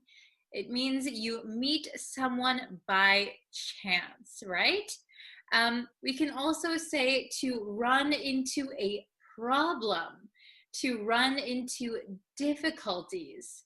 So we often use run into when we meet people by chance. Excuse me again. When we meet someone by chance, or when we find or we experience difficulties or problems, right? If you say run into something, for example, I ran into the door. I ran into the door. That means you physically hit the door, right? You ran into it. Okay, so it's a very different meaning. That is the literal meaning. You ran into the door, right? You accidentally hurt yourself. Or I ran into, I don't know, I ran into the window. I thought the window was open, but I ran into the window, right? Has that ever happened to you? The window is very, very clear, very, very see-through, you might think there's no window and you just run into the window, okay? So the next one is come across, come across. So come across can mean the same thing as run into. So we can come across a person, we can come across people. You could say, I came across a problem today. I came across a problem at work. The same as I ran into a problem at work, right? However, excuse me, however, you can also use come across something, okay? That means you found something by chance. So I was reading a magazine and I came across your picture. I didn't know you were a model, right? I came across your picture. I would not say I ran into your picture. That sounds like you physically hit someone's picture, right? I ran into your picture. So come across something means to find something by chance. We cannot use it for run into, right? Run into a person by chance or run into a problem. we can come across a person, we can come across a problem, and we can come across something by chance, okay? Are you following me? Okay, let's look at my bigger whiteboard. Oops, oops, oops, oops. Excuse me. Okay, I don't know why I was singing just now. It's a long day. Okay. Oh, wow, we have a lot. Okay, I'll scooch over here. So run into, run into. Run into means meet someone by chance, or it could mean experience a problem or difficulty. Okay, does everyone understand so far? Okay, good. Then we have come across. So come across means meet or find someone or something by chance, a little bit different, and appear or sound in a specified way, give a specified impression. Okay, so this one I haven't explained yet. So come across could mean to meet someone or find someone or something by chance, right? But we can also use come across for when someone appears or sounds in a specified way, or someone gives a specified impression. For example, when I saw him, he came across drunk, right? So he appeared to be drunk. He sounded drunk, right? That was my impression. Okay, he came across as very intelligent. He came across very intelligent. That means he appeared to be, or he sounded like he was very, very smart, very, very intelligent. Okay, so let's keep those differences in mind while we look at these examples, okay? So I have 5 examples for you. Okay, so let's look at number 1. I ran into my coworker at the gym. I ran into my coworker at the gym. That means I met my coworker by chance. I was not expecting to see or meet my coworker at the gym. So it was a coincidence. I ran into my coworker at the gym. Okay, let's look at number 2. He came across as a decent person. He came across as a decent person. So that means he looked like, or he sounded like, a decent person. So a decent person maybe is a kind, normal person, okay? He came across as a decent person. Number 3, the team ran into a problem with the new system. Okay, so maybe this is a team at work. Maybe you sometimes work in a team.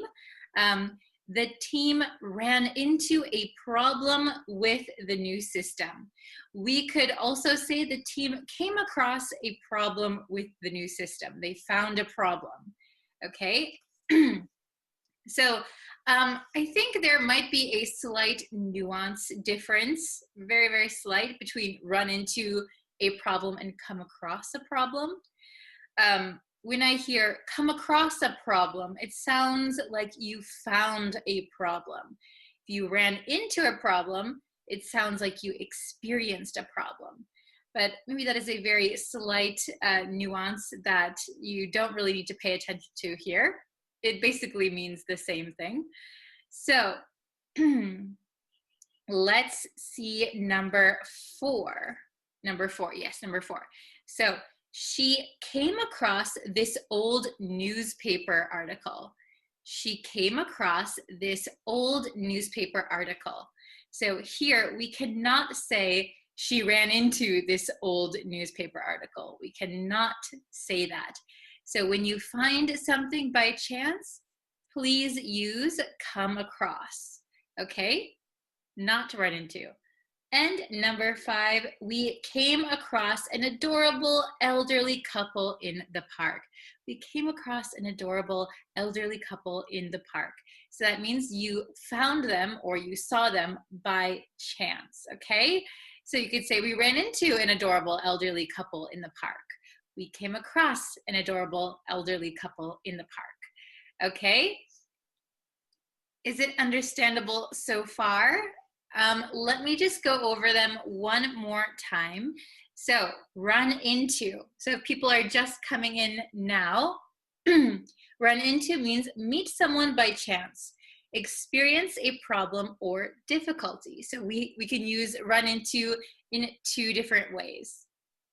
Come across, meet or find someone or something by chance, or appear or sound in a specified way, give a specified impression. So something looks or sounds like something, comes across as something. That is the impression that I get. Okay? So let's go over them one more time really, really quick. Please listen to my pronunciation and intonation. Okay? If my voice comes back. Okay, number 1. I ran into my coworker at the gym. I ran into my coworker at the gym. Number 2, he came across as a decent person. He came across as a decent person. That means he was a nice guy. Number 3, the team ran into a problem with the new system. The team ran into a problem with the new system. Number 4, she came across this old newspaper article. She came across this old newspaper article. And number 5, we came across an adorable elderly couple in the park. We came across an adorable elderly couple in the park. Okay, very good. If you have any questions on run into or come across, you can put them in the comments and I'll be sure to check them. Also, if you want to make some example sentences using run into or come across, please do so. I love to see your examples, and it's really helpful for the other students as well. So please, it's your homework. Write an example for each one in the comments below, okay? So just remember that come across can mean find something by chance. We cannot do the same with run into. And come across in another meaning can also mean appear or sound. You get some kind of impression, okay? So thank you guys for watching. Again, really quick, I'll announce it here.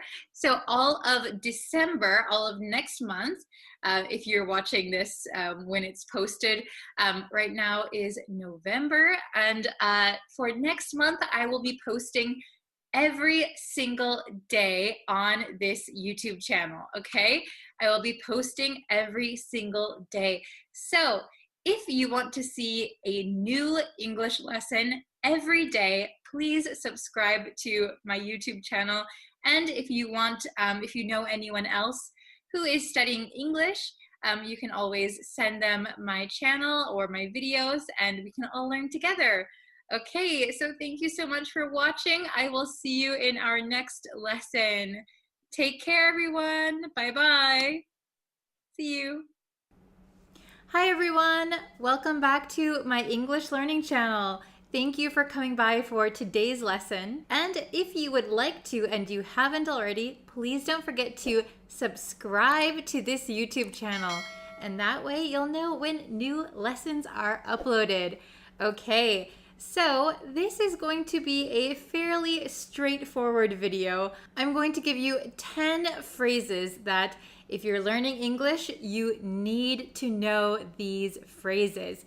If you know these phrases, everything is going to be a lot smoother for you. We're going to start off a little easy. So number 1 is what's up? What's up? So what's up is a very casual way to say, how are you doing? How are you? What's up? So a proper response to what's up is nothing, nothing much, not much. It's almost like hello. It's just a greeting. We're not actually asking what's up with you. We just want to say, hi, how are you? So what's up is a very, very casual way to do that. So it's very simple. You can just say, what's up? And if someone says, what's up to you? You can reply, oh, nothing much, not much. Number 2, and this one always stumps my students for some reason. I don't know if I say it really fast or a lot of my students just don't know what it means. And number 2 is, what have you been up to recently? What have you been up to recently? What have you been up to recently? What have you been up to recently? So this one is a little different than what's up. What have you been up to recently means what have you been doing recently? So if I asked my friend, what have you been up to recently? They might say, oh, I started a new job. So that is what they have been doing recently. If there's nothing new that you've been doing, it's okay to say nothing much. That's okay too. But if you have something that you've been doing, this is the time where you would explain it. What have you been up to recently? What have you been up to recently? Now, when you use this phrase when you speak English, be careful not to sound like a robot, okay? So if you say each individual word by itself, you're going to sound a little bit unnatural. What have you been up to recently? We're gonna kind of shrink it down to what have you been up to recently? What have you been up to recently? What have you been up to recently? What have you? What have you? What have you? What have you? What have you?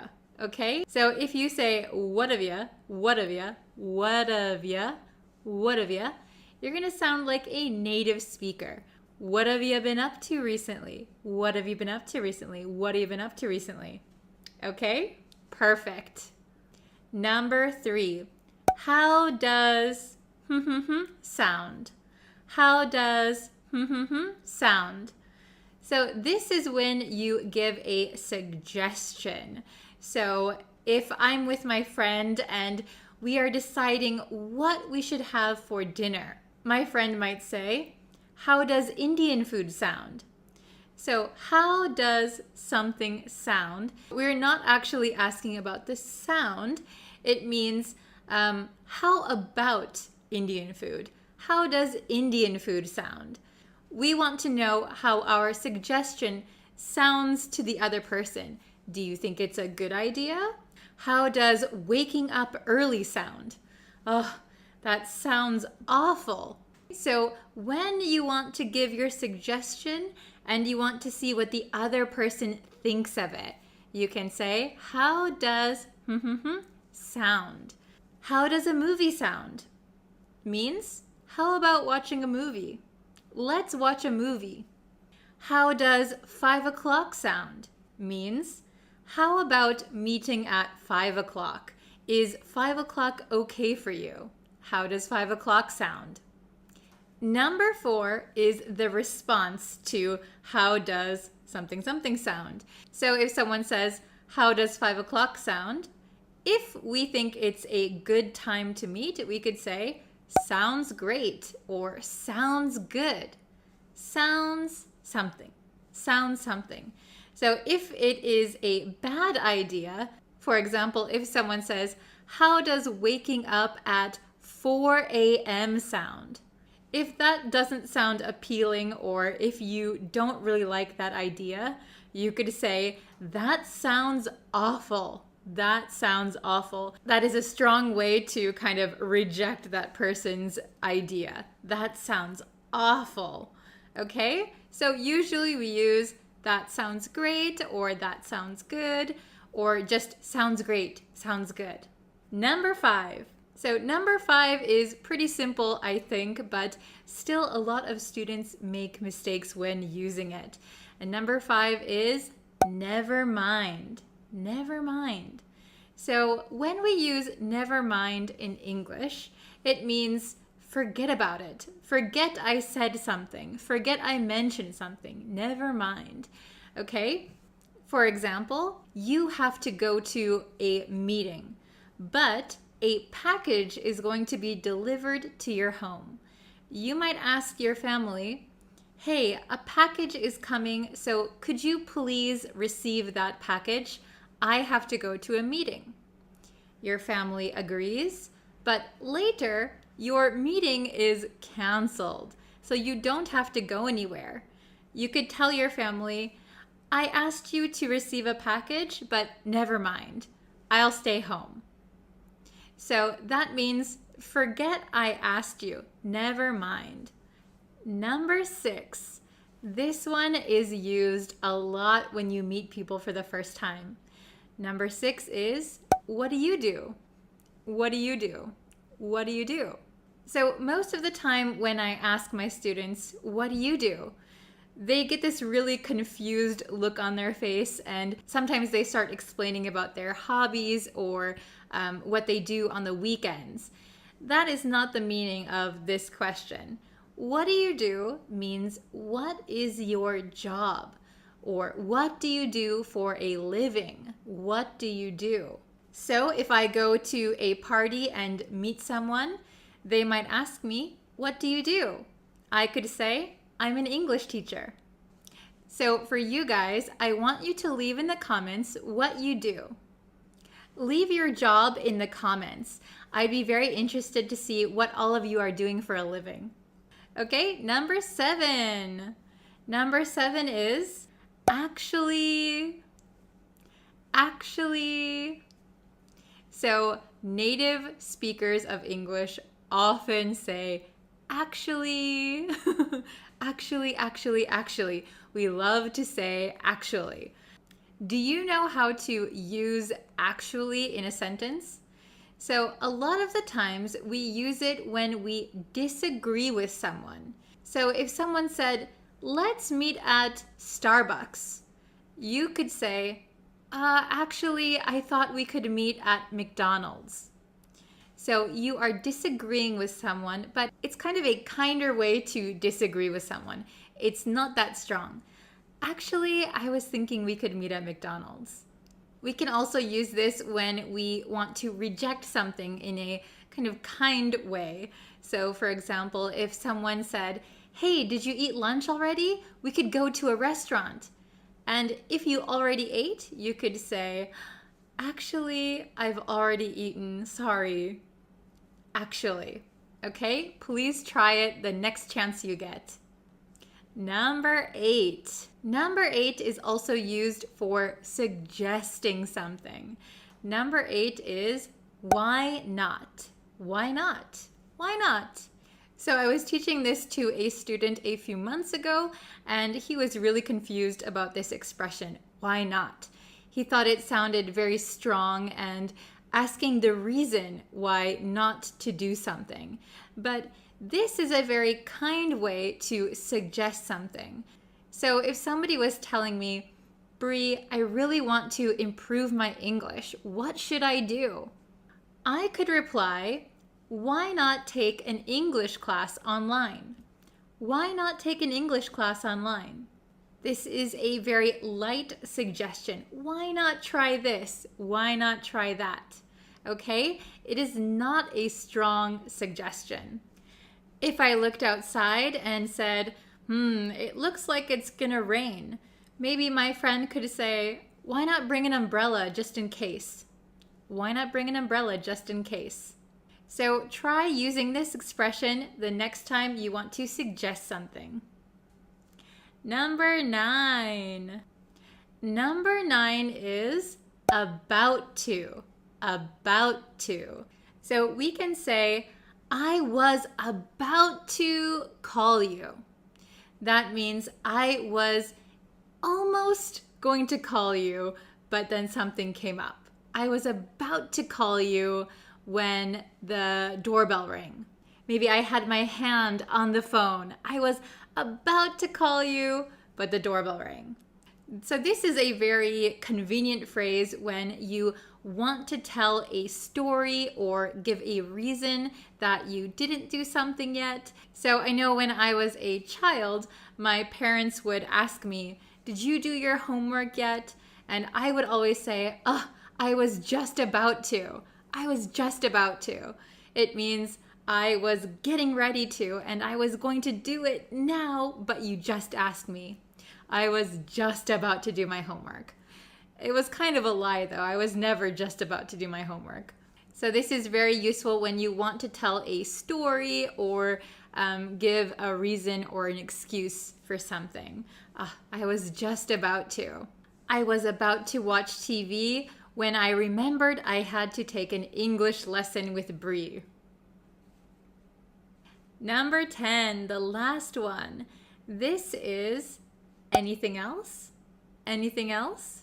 So I often see my students get really confused looks on their faces again when they ask me a question, I answer it, and then I say, anything else?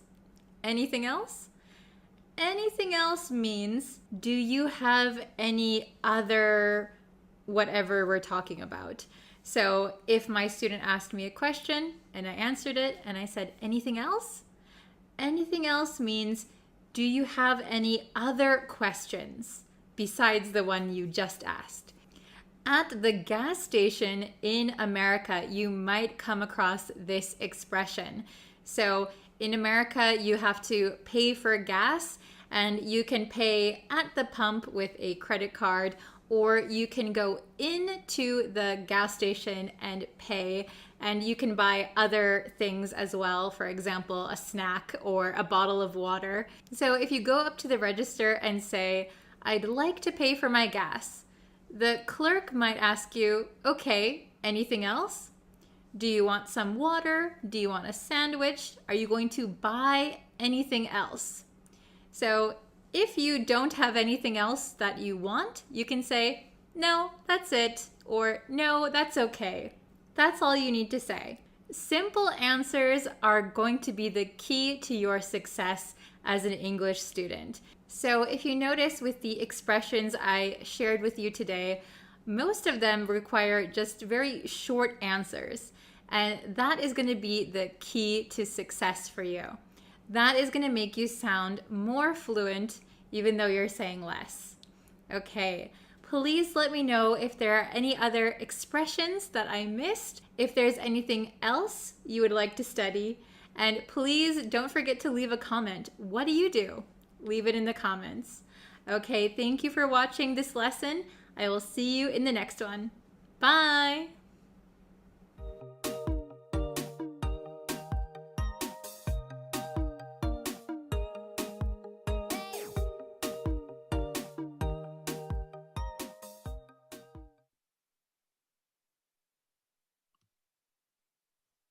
Hello, everyone. Hello, students. I hope you're having a great day.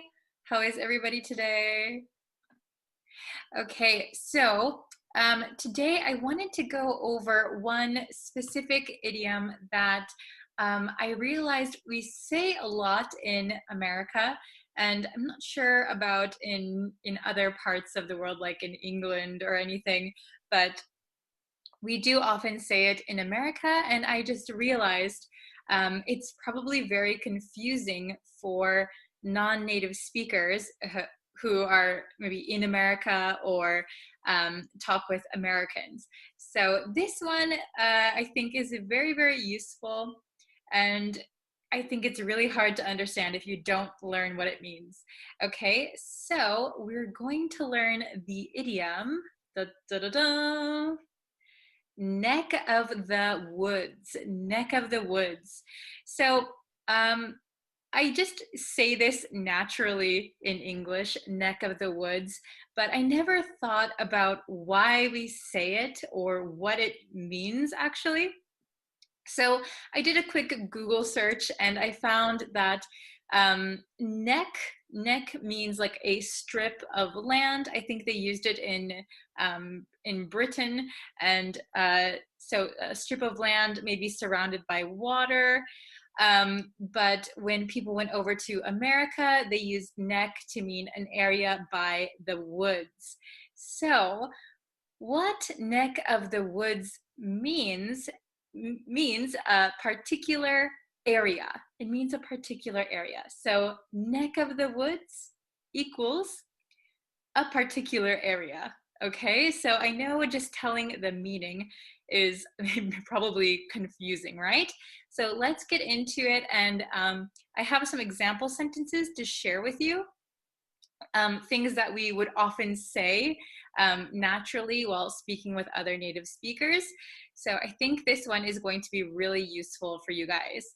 Okay, so I have my other big whiteboard. Let's see. Okay. Oh, and okay, I don't know where my other marker went, but it's okay because everything is already written down anyway. But okay. So, oh, I found one. Oh, I found it. I found my marker. Okay. So the meaning, again, once more, neck of the woods means a particular area, a particular area. So also, when we say neck of the woods, usually this of, the V sound kind of disappears because V's are hard to pronounce. So we tend to say neck of the woods, neck, this of becomes just the vowel sound, neck of the woods, neck of the woods. If we speak very, very slowly, neck of the woods. But if you say it very quickly, neck of the woods, neck of the woods. This is for examples that I thought are pretty often used. So the first one, funny seeing you in this neck of the woods. Funny seeing you in this neck of the woods. So funny seeing you, it's not ha ha funny, but a little bit strange, interesting. So interesting seeing you in this area. So maybe if you are in, I don't know, maybe an area with a lot of bars or something. There's an area with a lot of bars, a lot of young people partying, and you see someone who is normally not in that area. Maybe somebody who doesn't drink alcohol, and who doesn't party. Oh, it's funny seeing you in this neck of the woods. So interesting. Why are you in this area? That's interesting. That's kind of strange. Okay, funny seeing you in this neck of the woods. So it's unusual to see this person in this area, this particular area. Okay, let's try number two. It's a 2-hour drive to your neck of the woods. It's a 2-hour drive to your neck of the woods. So from maybe my house or where I am, it is a 2-hour drive to your neighborhood, to your area, to your neck of the woods. Okay? And I know sometimes it's confusing why we say a 2-hour drive. So this 2-hour, notice it doesn't have 2 hours. 2-hour becomes an adjective for this kind of drive. What kind of drive is it? It's a 2-hour drive. Okay, so we're gonna put a and 2-hour with no S. Okay, it's a 2-hour drive to your neck of the woods. So it is a 2-hour drive to your area, to your neighborhood, to your neck of the woods. Okay, are you following me so far? I hope it's a little bit easy. It's a very simple meaning, right? Just a particular area, okay? Let's look at number 3. I'll be near your neck of the woods this weekend. Why don't we have lunch together? I'll be near your neck of the woods this weekend. Why don't we have lunch together?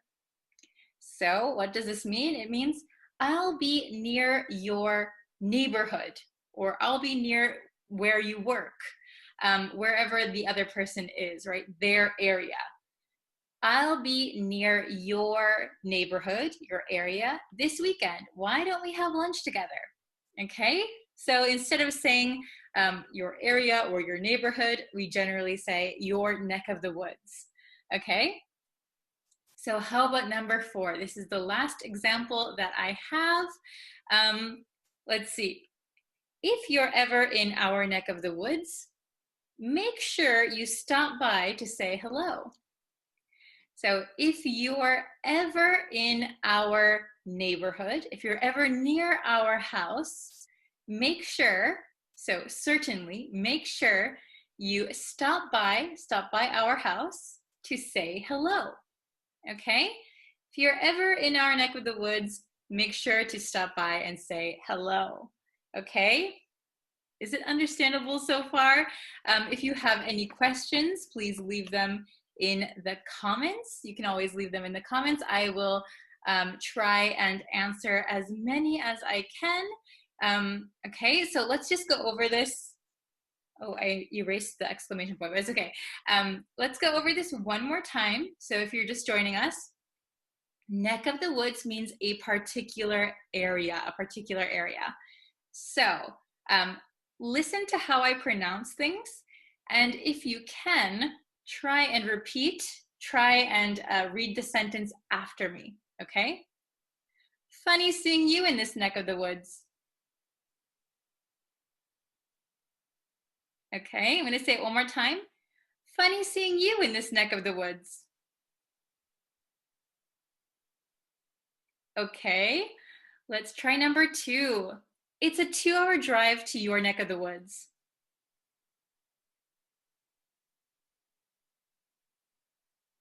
Okay, it's a 2-hour drive to your neck of the woods. Very good. Number 3. I'll be near your neck of the woods this weekend. Why don't we have lunch together?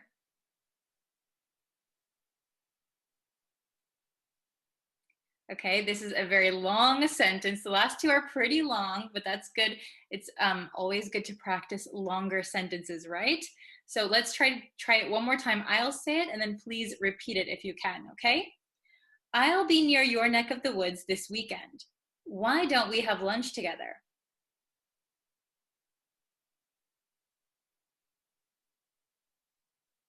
Okay, and the last one, it's also long. Let's try our best. So please listen first. If you're ever in our neck of the woods, make sure you stop by to say hello.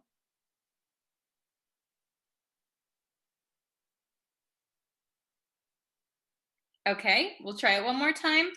If you're ever in our neck of the woods, make sure you stop by to say hello.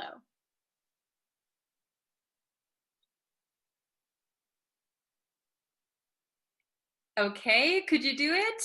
Very good. So I know, especially with the longer sentences, if you're trying to say it, you might stumble over your words. That's okay. This is the first time you're probably hearing this expression. So if you want to master this expression, this idiom, I would suggest saying it over and over, right? Neck of the woods, neck of the woods, neck of the woods, neck of the woods. So the more times you say it, the more your muscle memory will remember how to say it, remember how to form these words. So it will become natural, okay? So remember that practice and repetition are the best ways to mastering a language, okay? So I hope this is helpful, especially those of you who are living abroad. You might often hear people say this, and it might be confusing at first, but I hope this will help you.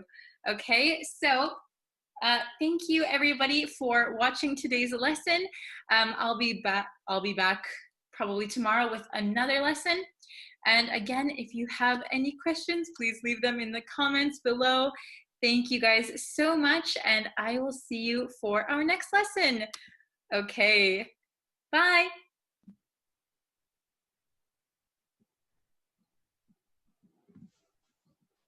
Hello, everyone. Welcome. Idiom, hi. So what we're going to do today, I'm using a different software actually, so I'm not sure if my mic is working or if I'm using my computer audio. We will see, I guess. We will see. So yes, today we're going to look at two idioms. We're going to look at two idioms. They have a similar word. They have the same word actually in them. And we're going to look at how we can use these.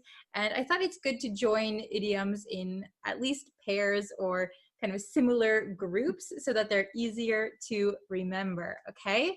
So I have my whiteboard here as usual.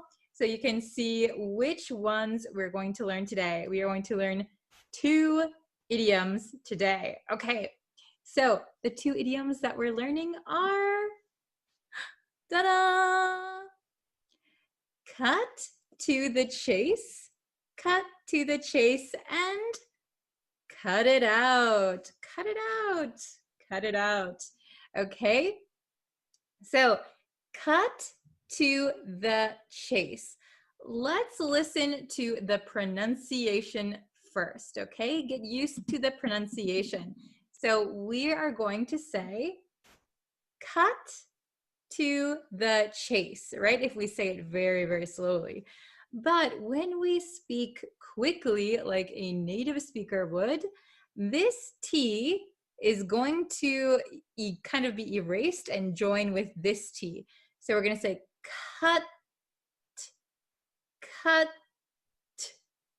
Okay, and you might know by now, I say it in a lot of lessons, but this two, when we say ooh, we need a lot of muscle power, right? Ooh, two. However, when we talk fast, we're not going to use that much power. So it's going to become cut, ta, ta. Do you see how my mouth looks? Compared to cut to, cut to the chase. See how my mouth barely opens, right? Cut to the chase, cut to the chase, cut to the chase. Okay, please try and repeat it after me. Ready? Cut to the chase, cut to the chase, cut to the chase. Okay, what does cut to the chase mean? Well, cut to the chase means hurry up, get to your point. So if someone is talking and they're talking about something totally off topic, so you asked, hey, how is business? Tell me about business. And then the person starts talking about business, but then they kind of go into a story about their parents. You could say, hey, I don't have time, cut to the chase. So we use cut to the chase when we are maybe a little bit impatient, okay? So when we don't have a lot of time or somebody's talking and talking and talking, we feel a little bit irritated, a little bit annoyed. Ugh, can you hurry up, please? What are you trying to say? We could say, cut to the chase. Hey, cut to the chase. So, or if you want to be polite, if you realize somebody doesn't have a lot of time, you could say, oh, I see that you are very busy, so I'll cut to the chase. Here's my point, okay? The second one is cut it out. Cut it out. Now let's listen to the pronunciation, okay? When we say it very, very slowly, we say cut it out. But if you're listening to a native speaker, they are not going to say cut it out, right? So cut it. So here we have a U. This is a vowel. Then we have a T. Then we have an I, which is another vowel, right? So this T is sandwiched between two vowel sounds. So that means that generally we change this T to a flap T. What is a flap T? It is a T that sounds like a D. So we're going to say cut it, cut it, cut it. And then look at this T. It is also sandwiched between an I and an O. These are vowels. So what's going to happen to this T? Yes, you're right. This is going to change to a flap T also. So it's going to sound like a D sound. Cut it out. So this last T is kind of going to disappear. But we're not going to say cut it out. That is incorrect, and a native speaker will think, cut it out, cut it out. What are you trying to say? So when a T disappears at the end of a word, we're going to still put our tongue in the position of the T, but we're going to hold it there. So if you say ta, ta, ta, your tongue, ta, ta, ta. But for the end of a word like this, where it disappears, our tongue is going to go. So out is going to turn into out. My tongue is up, out, out, out. Okay? So listen one more time. Cut it out.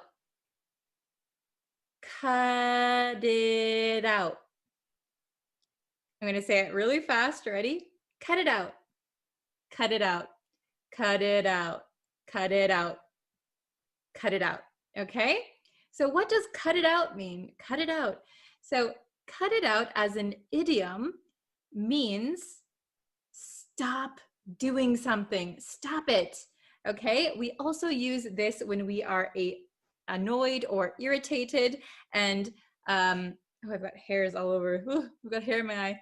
Okay, we're going to use cut it out when you are annoyed at someone. Maybe somebody is saying something or doing something that is annoying you. Oh, can you please cut it out? Cut it out. Okay, so both of these can be used when you are irritated, when you're annoyed. Okay, so this one, cut to the chase. Cut to the chase. Hurry up, get to your point. I don't have time. And cut it out. Cut it out. Please stop doing that annoying thing. Okay? So let me show you the definitions written down. I have another whiteboard as usual. Okay. So can you see this? Okay. So the meaning, we have the meanings here. So cut to the chase, cut to the chase. This means get to the point. So if you're having a conversation, get to the point, cut to the chase. Hurry up and tell me what you're trying to tell me, okay? I don't need to hear about your dogs or your parents or anything else. Cut to the chase, okay?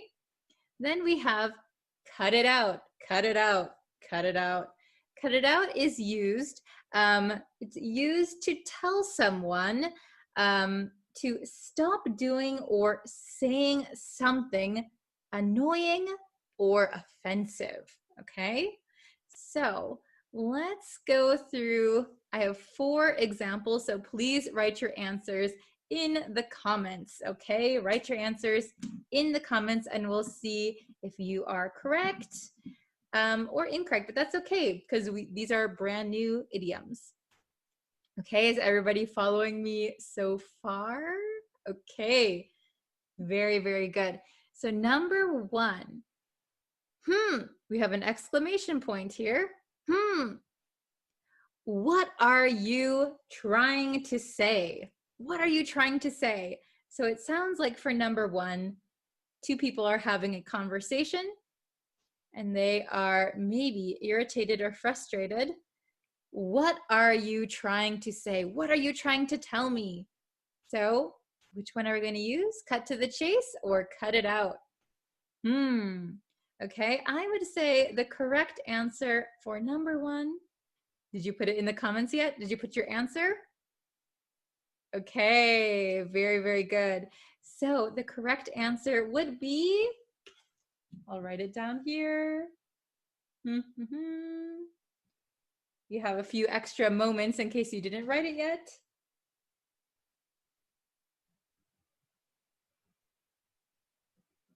Okay, the correct answer is going to be cut to the chase. Cut to the chase.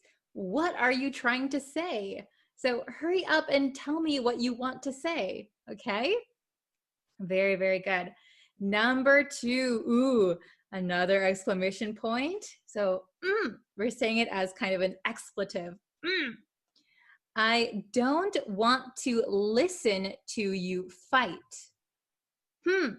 I don't want to listen to you fight. What is the correct answer? Cut to the chase or cut it out?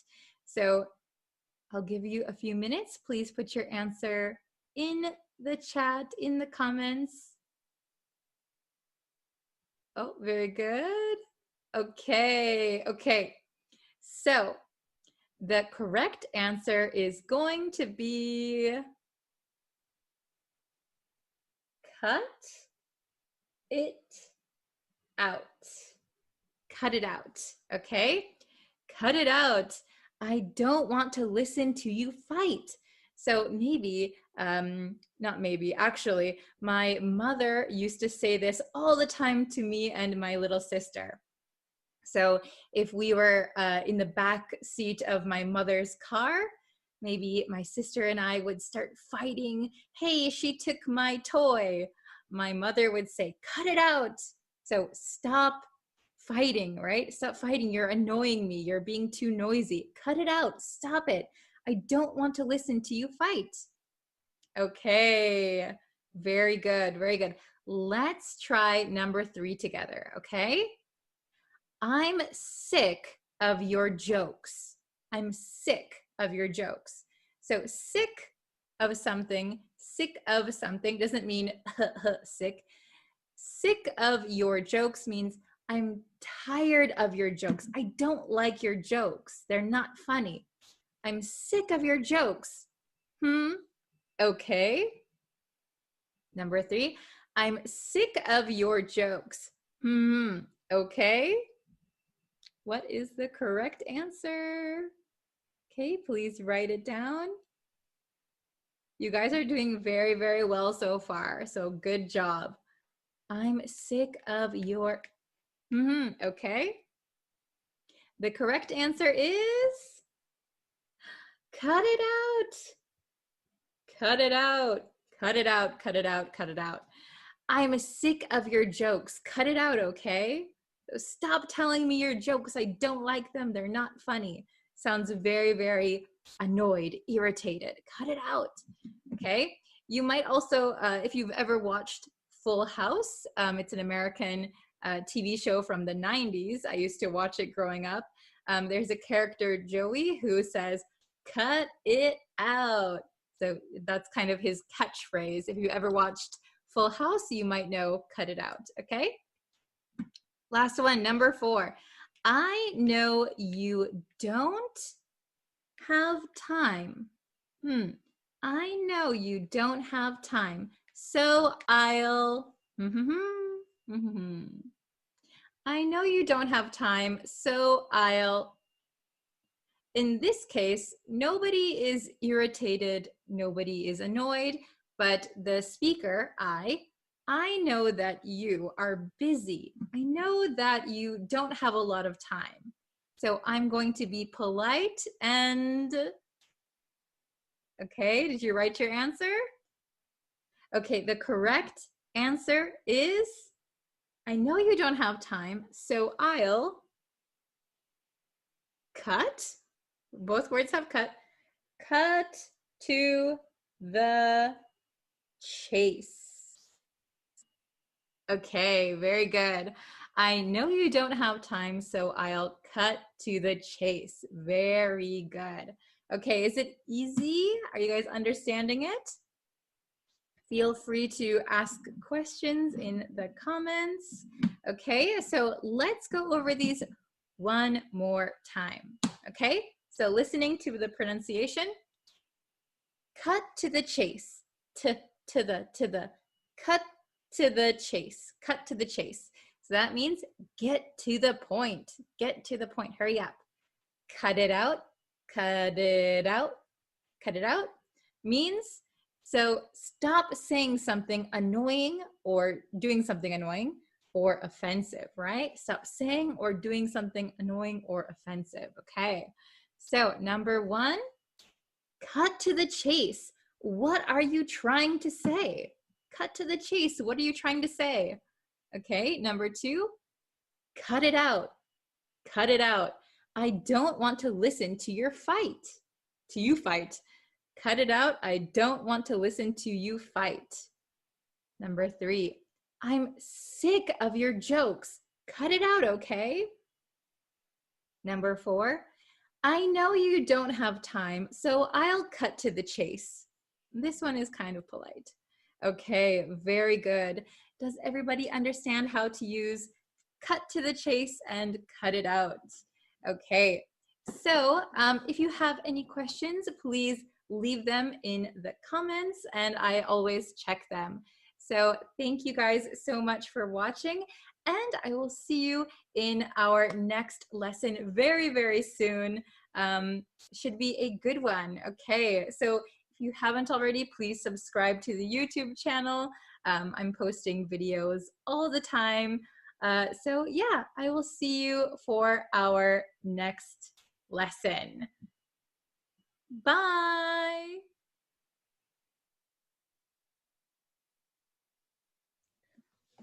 Hello, everyone. Hello, hello. Welcome to another lesson. So we're just going to get into it straight away today. I have 3 new expressions for you, which I think they're going to be helpful. Let me get this mic a little bit closer so you can hear me, okay? Please let me know if you can hear me. Okay? We're going to start with our 3 new expressions, okay? So we're using the word lose. So if you know what the word lose is, it's going to be a little bit easy to understand these, right? So make sure you understand the pronunciation, lose. It's not los and it's not loose, okay? It's lose. Okay, this S sounds like a Z, lose. So what does it mean to lose something? Well, it means that you no longer have it. So I have my marker. I have this marker, but if I put it down somewhere and then I forgot where I put it, oh, I lost my marker. Okay, so I no longer have it. So understanding the word lose is going to help you understand these expressions, right? So let's look at each one. We have lose patience. So if you lose your patience, that means you no longer have your patience. And what is patience? Well, patience is when you can keep yourself, keep your temper under control.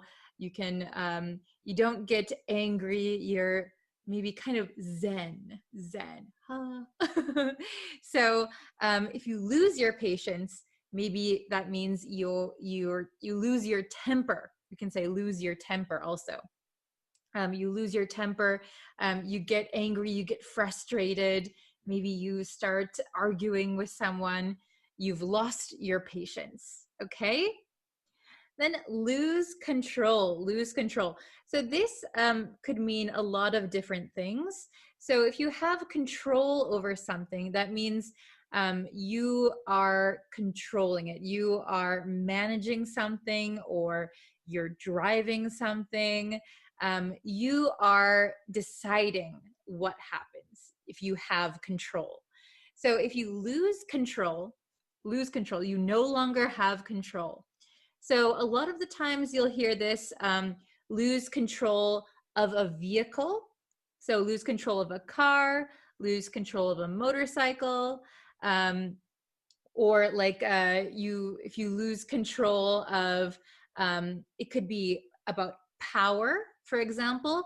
The Republicans lost control of the White House, for example, right? Or I lost control of my YouTube channel. Maybe somebody hacked me and they now control my YouTube channel. Oh no, I hope that doesn't happen. But lose control, you're no longer in control, okay? Lose one's mind, lose one's mind.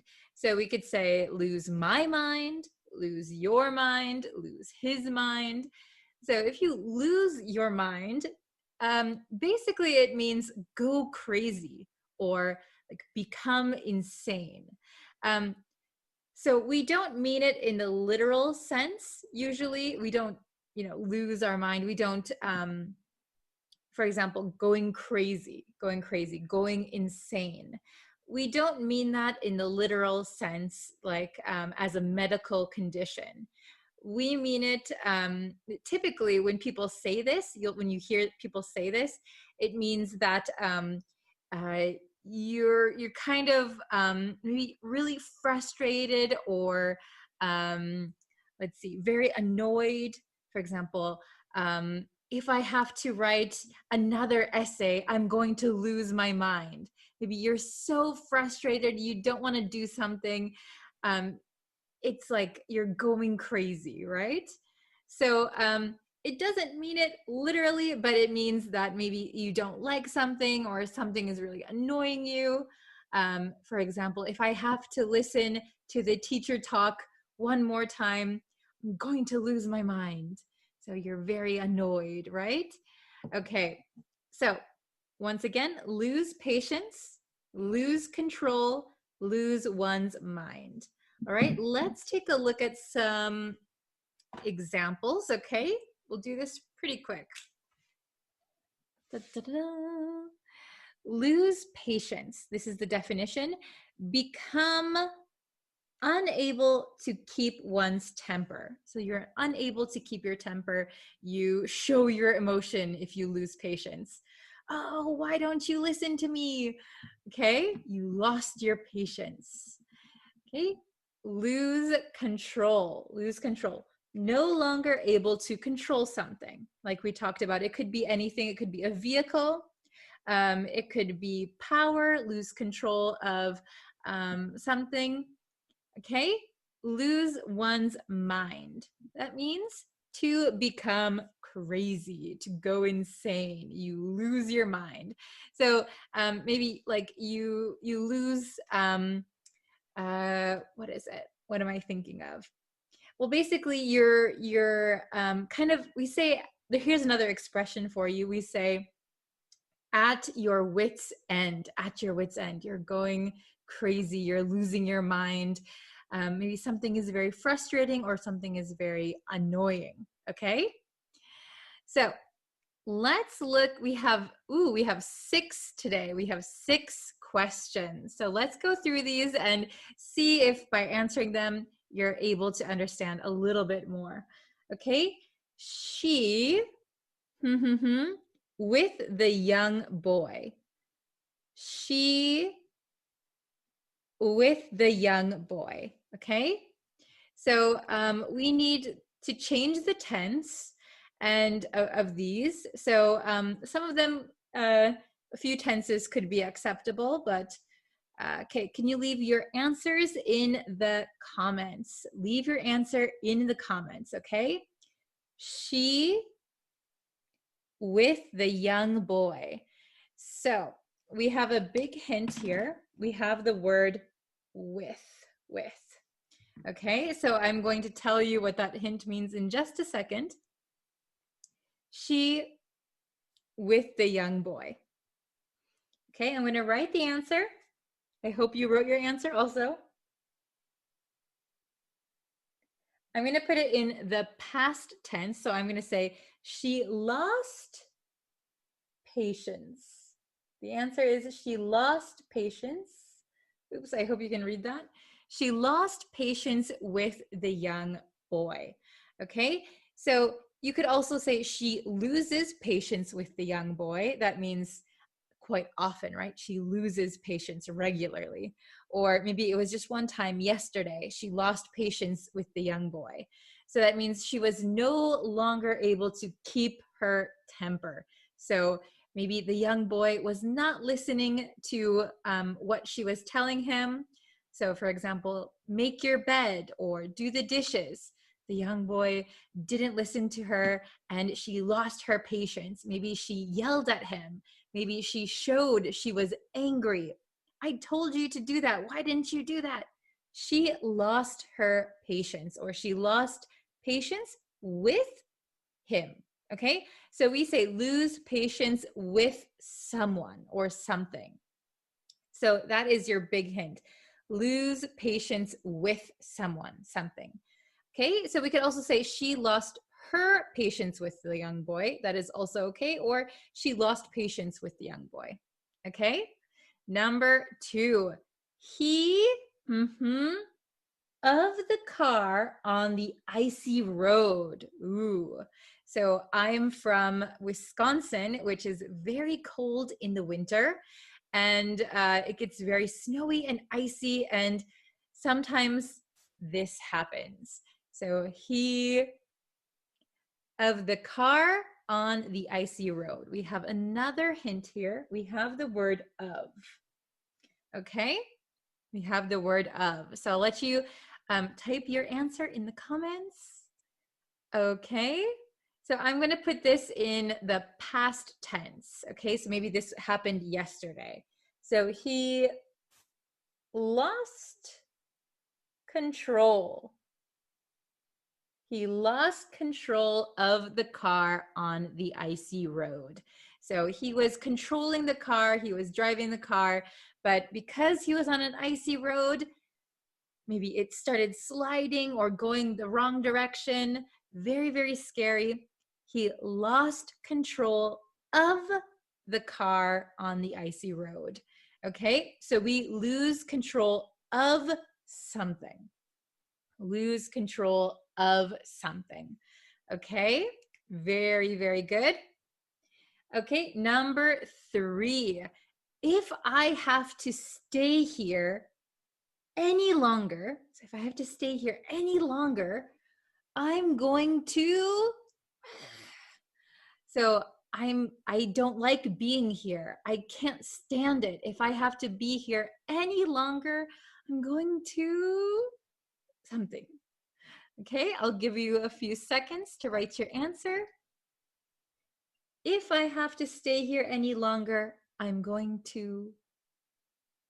Okay, so we have I'm going to. So we're going to say lose. And the answer is, if I have to stay here any longer, I'm going to lose my mind.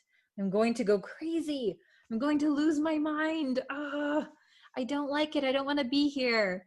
It's very frustrating. Okay. If I have to stay here any longer, I'm going to lose my mind. Very, very good. Okay. Let's try number 4. I of, big hint, super big hint, I of my temper last night. So what this means is similar to another one we have up here, but I'll give you a second to answer the question. I of my temper last night. Okay, very good. Please write your answer. Okay. So I lost control of my temper last night. So we use lost past tense because it happened last night, and we have the word of, big hint. So we're going to use control. I lost control of my temper last night. Okay, so I was no longer able to control my temper. This is very, very similar to lose patience. So if you lost control of your temper, that could also mean you lost your patience. Okay, so I could say, I lost patience last night, or I lost my patience last night. But we have of my temper, so lose control of my temper. Okay, is it understandable? Are you following me so far? Okay, number 5. I sometimes with him. Okay, I sometimes with him. Okay, leave your answer in the comments. Very good. Okay, I sometimes, so we have sometimes, so I'm going to say lose, because it's something that happens maybe a little bit regularly sometimes, right? I sometimes lose patience with him. Okay, so lose patience with someone or something. So I sometimes lose patience with him. So sometimes I can't keep my temper down, right? Sometimes I get angry or frustrated. I lose my patience with him. So you could say, I sometimes lose my patience with him, or I sometimes lose patience with him. Both are correct. Okay. And number 6, the last one. Let's see if you can get it. I of my bike and fell off. I of my bike and fell off. Ooh, what is the correct answer? Okay, I'll give you just a few seconds. Please write your answer in the comments. See if you get it right. Okay. I lost. So we're going to say lost past tense because fell is past tense, right? Fall, fell. I lost control. I lost control of my bike and fell off. I lost control of my bike and fell off. Very good. So I couldn't control my bike and I fell off. Okay, very, very good. If you have any questions, please write them in the comments. I'll try to answer them. But yeah, I hope this is understandable. We had lose patience, lose control, lose one's mind. Go crazy. Okay, very good, everyone. So I'm going to end the lesson here. Please, if you have any questions or you want to make some example sentences, feel free to leave them in the comments and I'll do my best to check them. Okay, thank you everybody for watching. Please subscribe and hit the notification bell. That way you'll know when new lessons are uploaded. I'm uploading quite a lot, so if you turn on notifications, you'll know when new videos are available and when I go live. Okay, so thank you very much for watching, and I will see you guys for our next lesson. Bye. Hi everyone. Welcome back to my English learning channel. Today I want to teach you 2 phrases that are very useful for when you remember something. Okay? Imagine you are driving in a car. Your friend is sitting next to you in the passenger seat. Your friend says, "Can we stop at a gas station? I want to buy some snacks." The conversation from your friend triggers something in your mind. You remember that you need to get gas. So you can say, that reminds me, I have to get gas. That reminds me. That reminds me I have to get gas.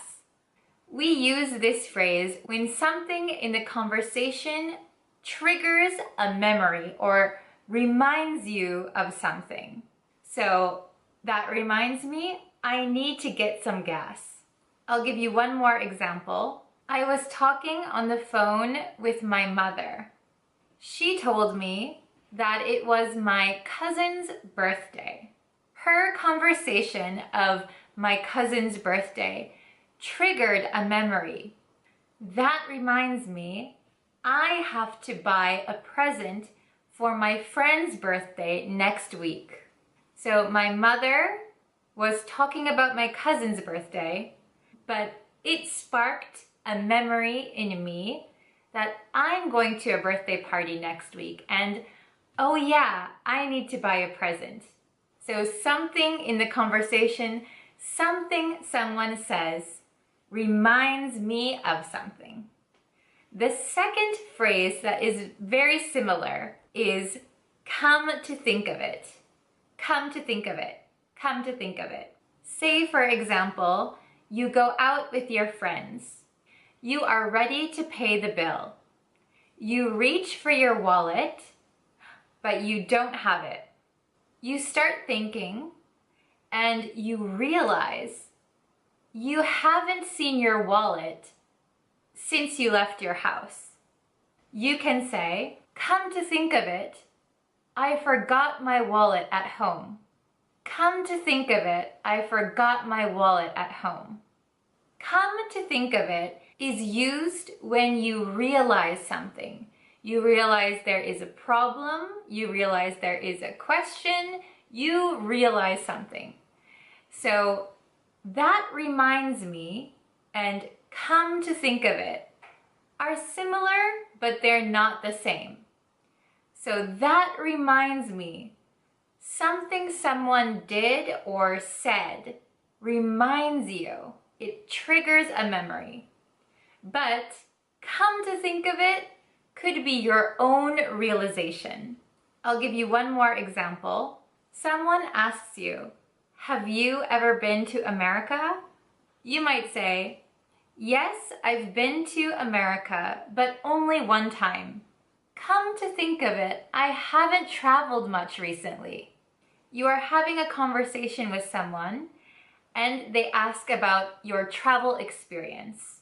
You reply and you realize, oh, I haven't traveled so much recently. Come to think of it, I haven't traveled so much recently. Sometimes that reminds me and come to think of it can be used interchangeably. For example, someone might ask you, was Tony at the party last night? No, he wasn't there. That reminds me, I haven't seen him in a month. Or you could say, no, he wasn't there. Come to think of it, I haven't seen him in a month. In this situation, the conversation triggers a realization. That reminds me, I haven't seen him in a month. Come to think of it, I haven't seen him in a month. But be careful, sometimes they're not interchangeable. So if we think about forgetting your wallet at home, you want to pay the bill? Oh, where's my wallet? You probably wouldn't say, that reminds me, I left my wallet at home. That reminds me sounds like you already had that idea, so you are reminded again. Come to think of it sounds like you are thinking about it for the first time. So the nuance is a little bit different. That reminds me means you've already thought about something before. I need to buy gas, but I forgot. That reminds me, I need to buy gas. But forgetting your wallet, you probably didn't already know you forgot your wallet. So it is happening for the first time. You are realizing something for the first time. Come to think of it, I forgot my wallet. Shoot. Okay, let's try a little quiz. So I will give a situation. Please think of which expression to use. That reminds me, come to think of it, or either. Okay, first question. You're riding the train and you put your heavy bag on the seat next to you. You arrive at your destination. You are in a hurry to get off the train and you forget your bag. What expression would you use when you realize you forgot your bag? Would you say, that reminds me, I must have left my bag on the train? Or would you say, come to think of it, I must have left my bag on the train?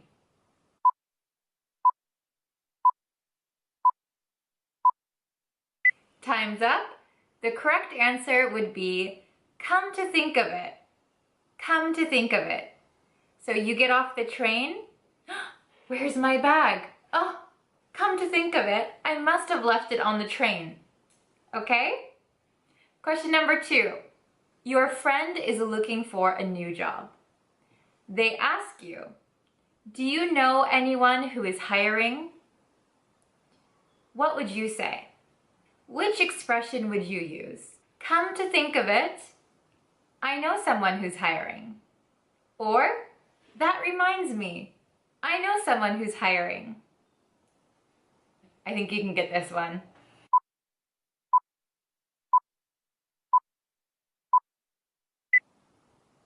Okay, ready? Time's up. The correct answer is either of them. So both are okay in this situation. That reminds me, I know someone hiring. Come to think of it, I know someone who's hiring. How did you do on that short quiz? So that's it for today's lesson. Please stay to the end of this video to get your homework. Please write your answers to the homework question down in the comments, and I will see you in our next lesson. Bye-bye!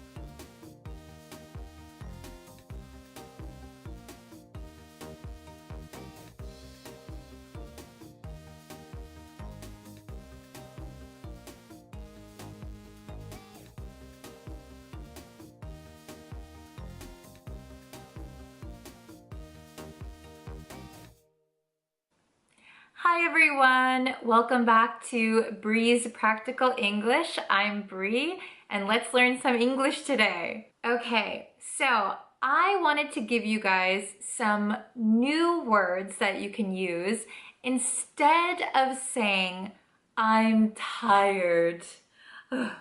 Okay, I often hear, I'm tired, I'm so tired.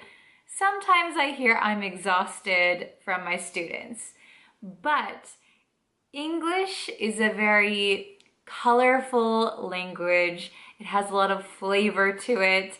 So we don't just have one way to say something. We have a lot of ways to say the same thing.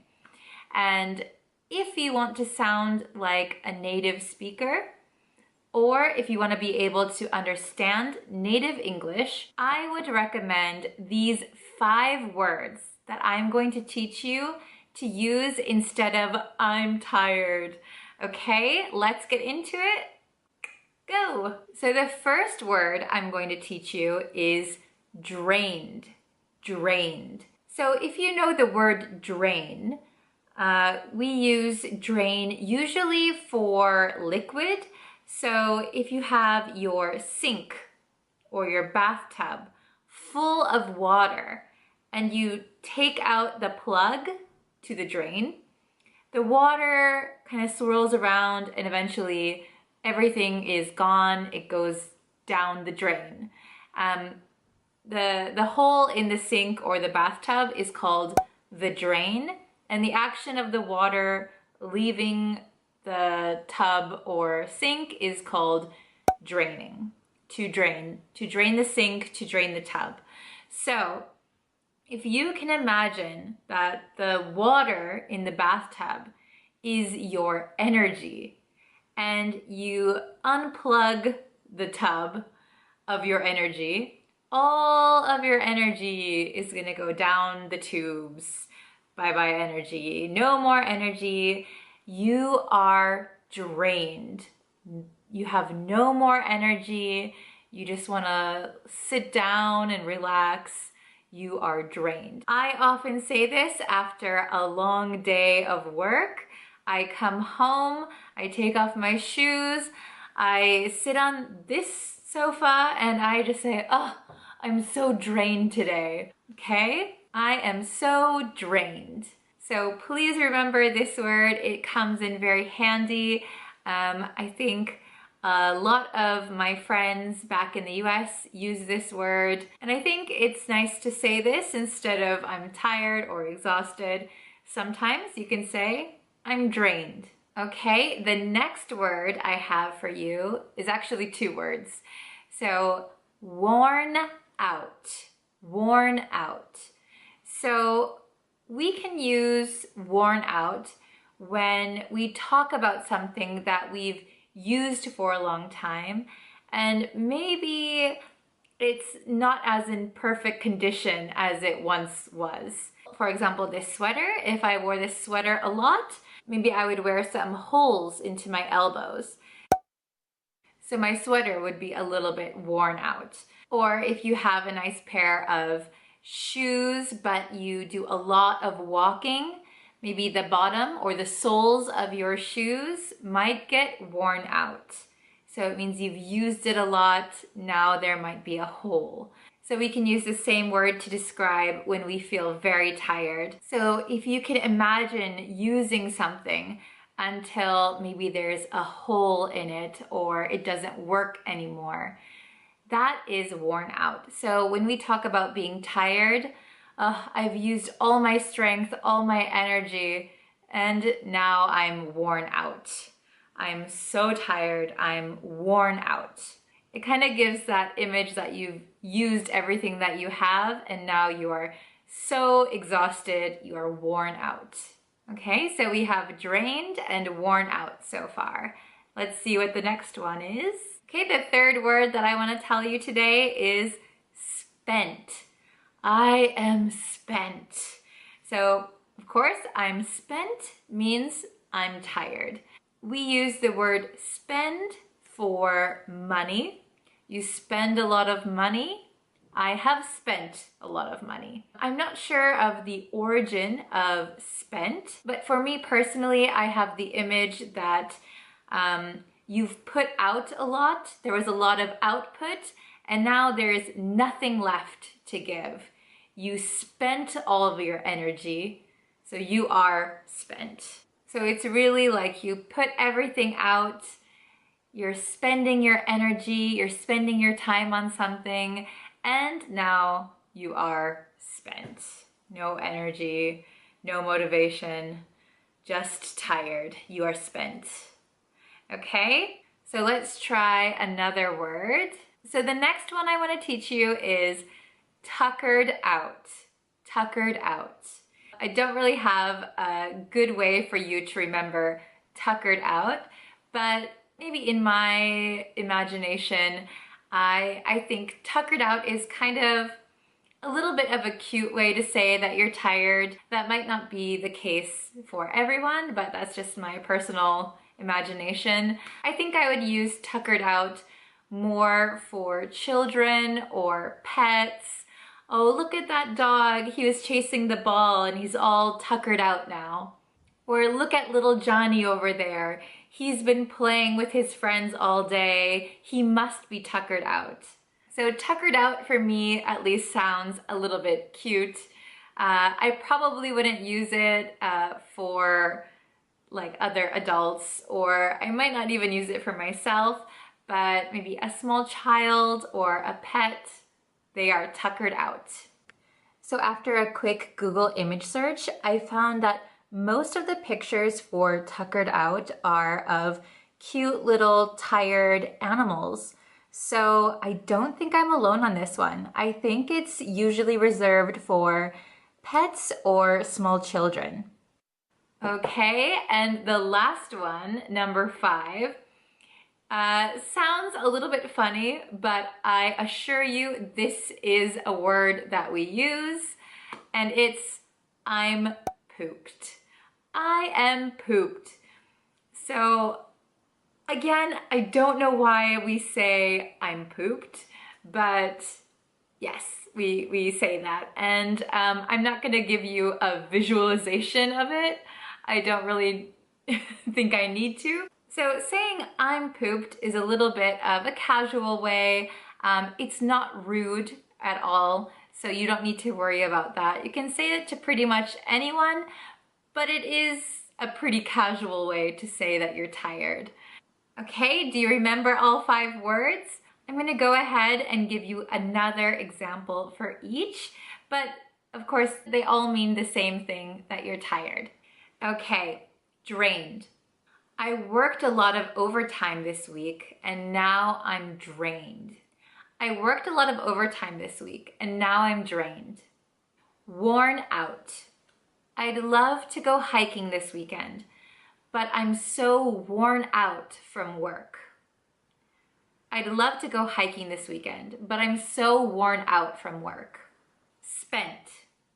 You've been working on that project all day. You must be spent. You've been working on that project all day. You must be spent.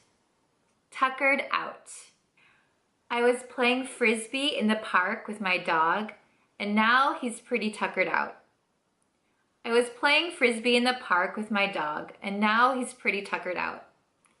Pooped. It's been such a long day. I'm pooped. I'm going home early. It's been such a long day. I'm pooped. I'm going home early. Okay, I hope these new words and phrases were helpful for you, and I hope that you can try and use them in your everyday life when you're speaking English. So your homework for today is in the comments. Please tell me about a time that you were very, very tired, but use one of the 5 words that we learned today. So I'll check your stories down in the comments below. Please remember to like this video, subscribe if you're not already, share it with some people who also want to learn English, and check out some of my other videos where you can learn other English words and phrases that are useful in your everyday life. I'll see you in the next lesson. Bye!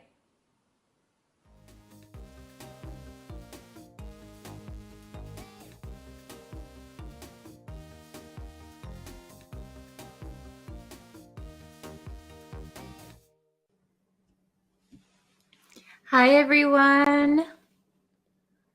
Hi guys. Hello. Welcome to another lesson. Are we ready?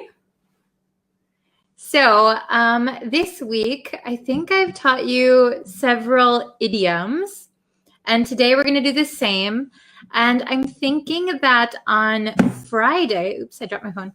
On Friday, what I should do is a review lesson of all of the lessons that we've done this week. What do you guys think? Hello. Thanks for joining. Hi. You guys are always able to join at this time. Thank you so much. Good morning. So, good morning. Hello. So I was just saying that this week I've taught many idioms, and I'm thinking maybe it's a good idea to, let's see, maybe do a review lesson on Friday and review like the 4 lessons Monday through Thursday, and then Friday have like a review lesson. Oh, what's your name? Okay, so my name is Brittany, but you can call me Bree. It's my nickname. Yes, yeah, good idea. We should review the idioms. Yes, because I think maybe just one time is not enough, right? You can forget them because you don't use them. So we're going to review. So I'm going to show you the idioms. We're learning 3 idioms today, and I just accidentally erased it with my hand. Okay. Oh, hello from India. Hello. Wow. Okay. Oh, hello from Colombia. Very nice. Okay, so today we are learning 3 idioms, and all of the idioms relate to age. So we're talking about age with these idioms. Okay? So let's see. We have these 3 idioms today. Okay? Do you guys know these? Oh, you listen every day. Thank you so much. Okay, so we have the first one is over the hill. Over the hill. Does anyone know what over the hill means? Over the hill. Remember, we're talking about age. So if you know that we're talking about age, can you guess what over the hill means?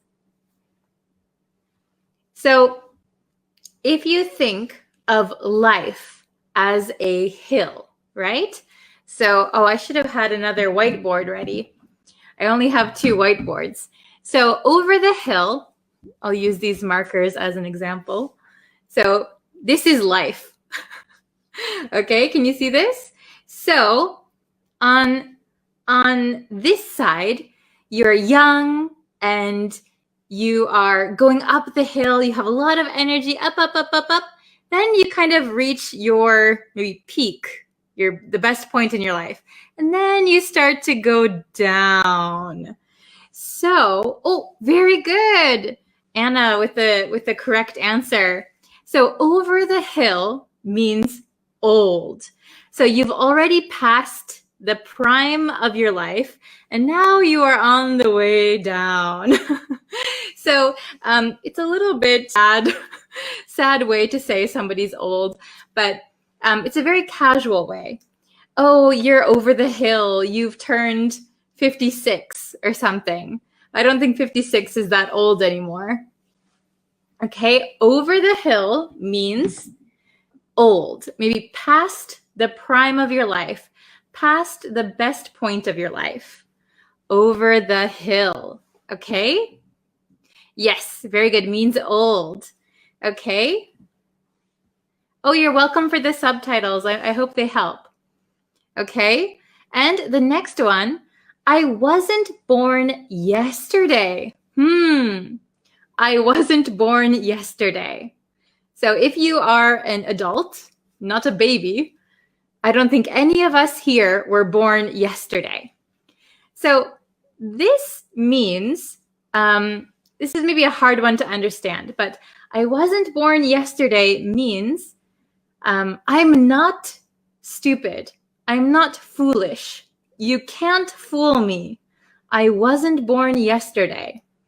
So this kind of comes from the image that young people are less experienced, have less knowledge.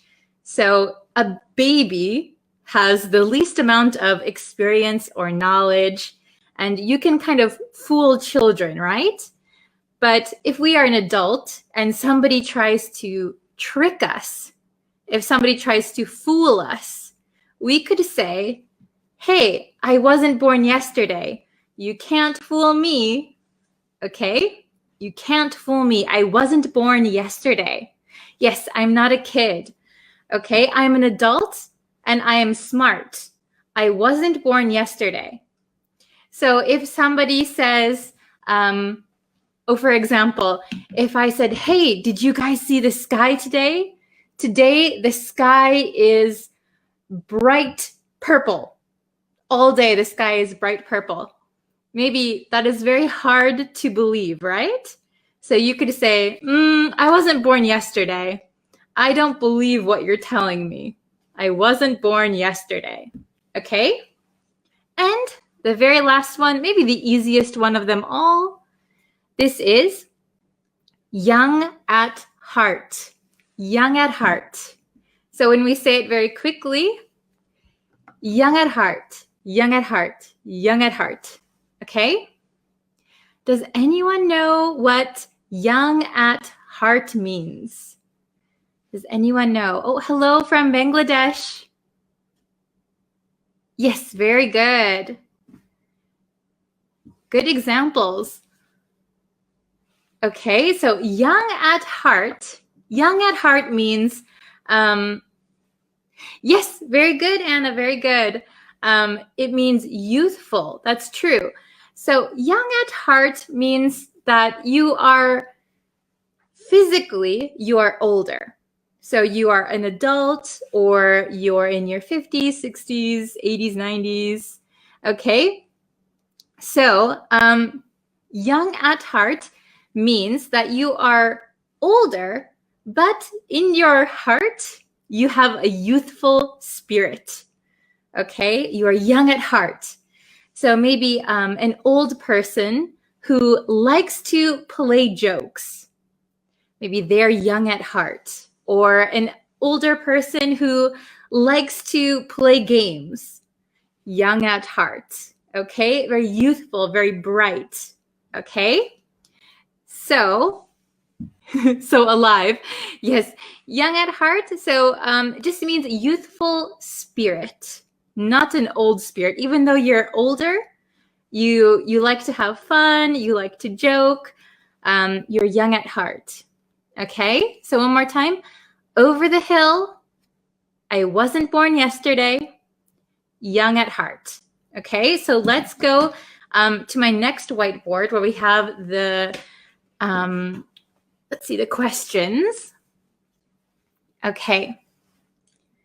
Ooh, I wrote it this way today because I thought I could fit more on it, but I guess it doesn't really fit on the screen that well. Okay, let's look at the definitions one more time. So over the hill means old and past one's best. Past one's best. So you're over the peak of your life. Okay? I wasn't born yesterday means you can't fool me. You can't fool me. And young at heart means having a youthful outlook in spite of one's age. Okay, I'll put that up here really quick. Can you see?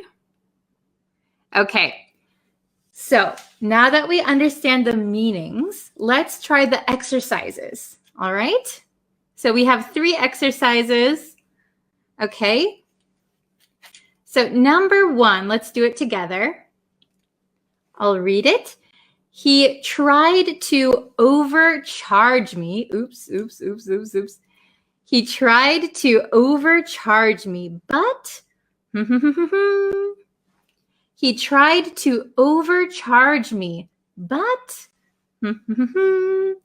so if you don't know, overcharge means charge too much. So if I go to the store and I want to buy bread, and the bread says it's $1.50, $1.50.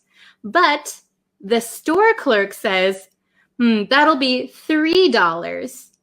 I could say, hey, you're trying to overcharge me. It's too much money. Oh, very good. We have some answers. Tanvir and Anna, very good. I wasn't born yesterday. Very good. So I'll write that one here. I wasn't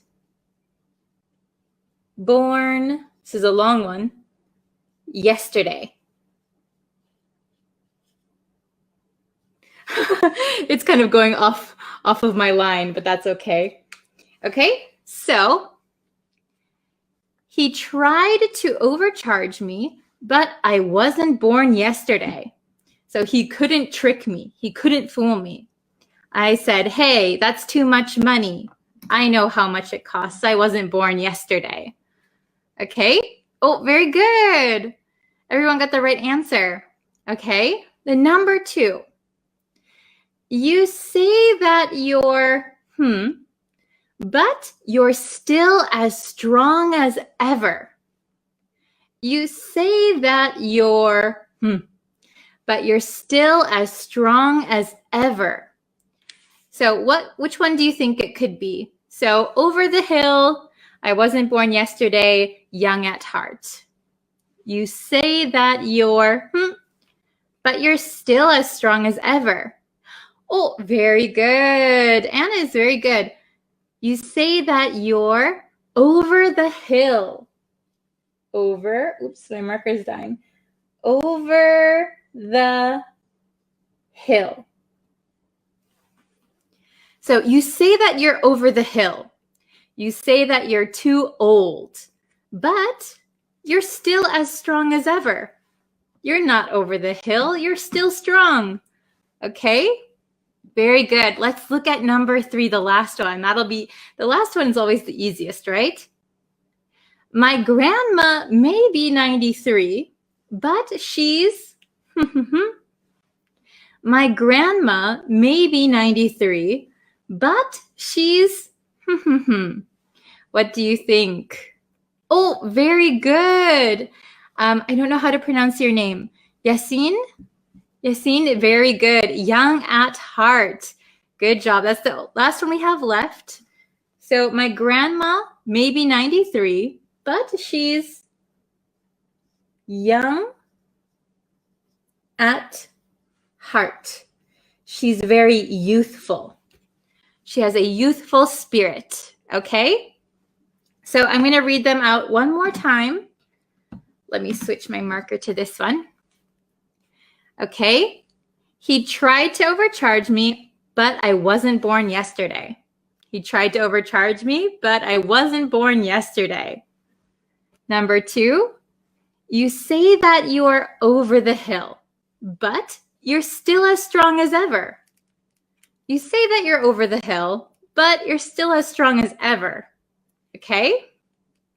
Then number 3, my grandma may be 93, but she's young at heart. My grandma may be 93, but she's young at heart. Okay, very good. So remember, these ones, here are the definitions one more time. Over the hill means old and past one's best. You're on the other side of the hill. I wasn't born yesterday. You can't fool me. Okay, I'm not a baby. I'm not a child. Young at heart, having a youthful outlook in spite of one's age. Here you are. Okay, so please remember these words. These 3 idioms all have to do with age. Okay? So as you know, we have many idioms in the English language.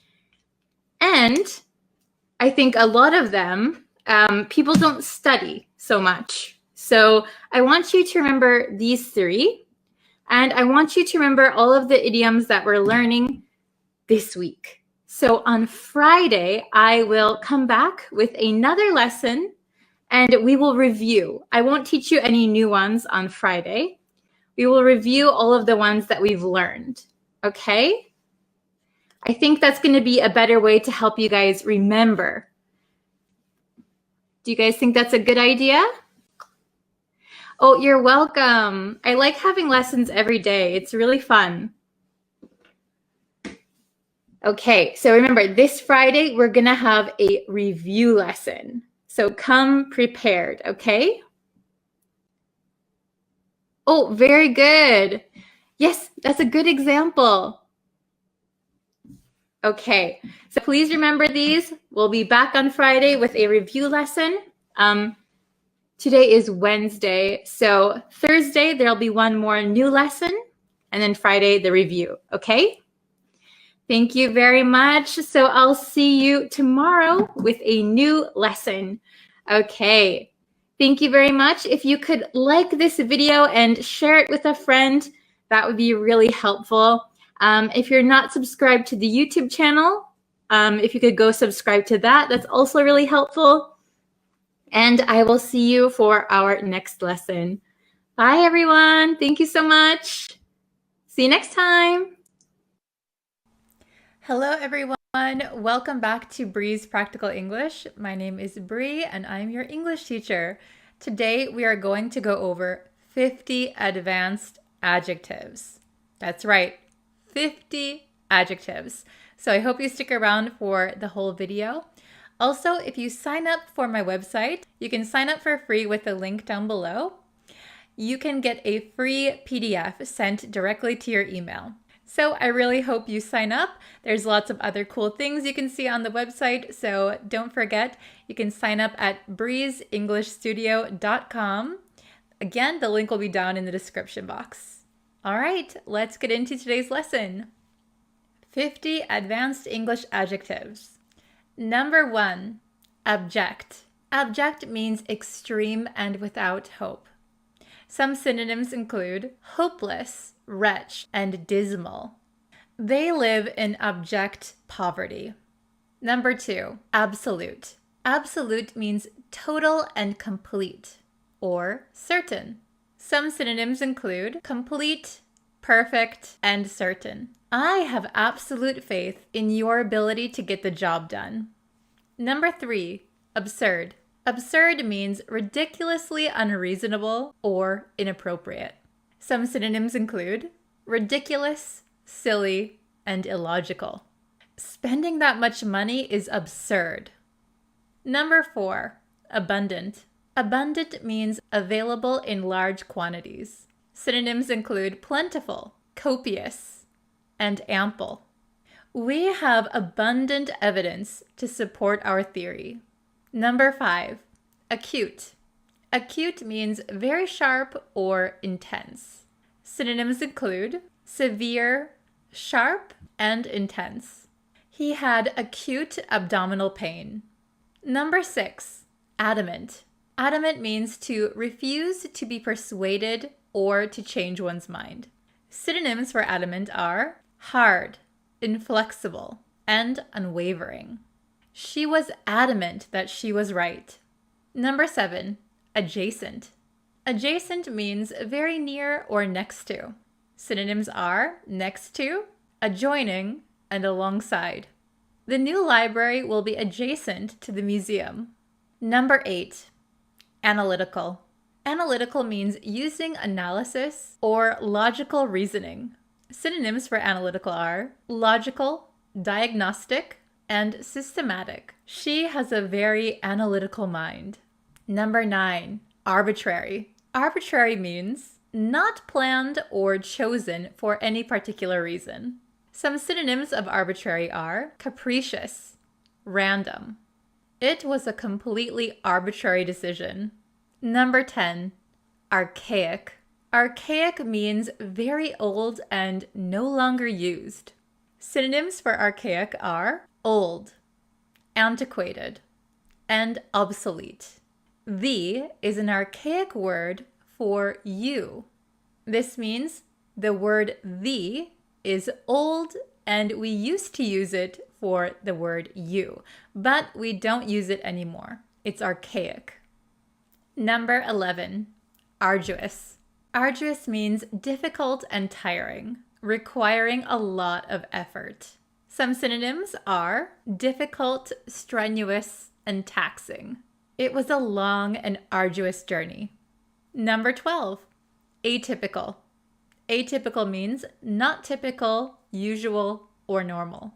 Synonyms include unusual, uncharacteristic, and unconventional. He displayed atypical behavior for someone his age. Number 13, blatant. Blatant means obvious or intentional, done without worry about what others think.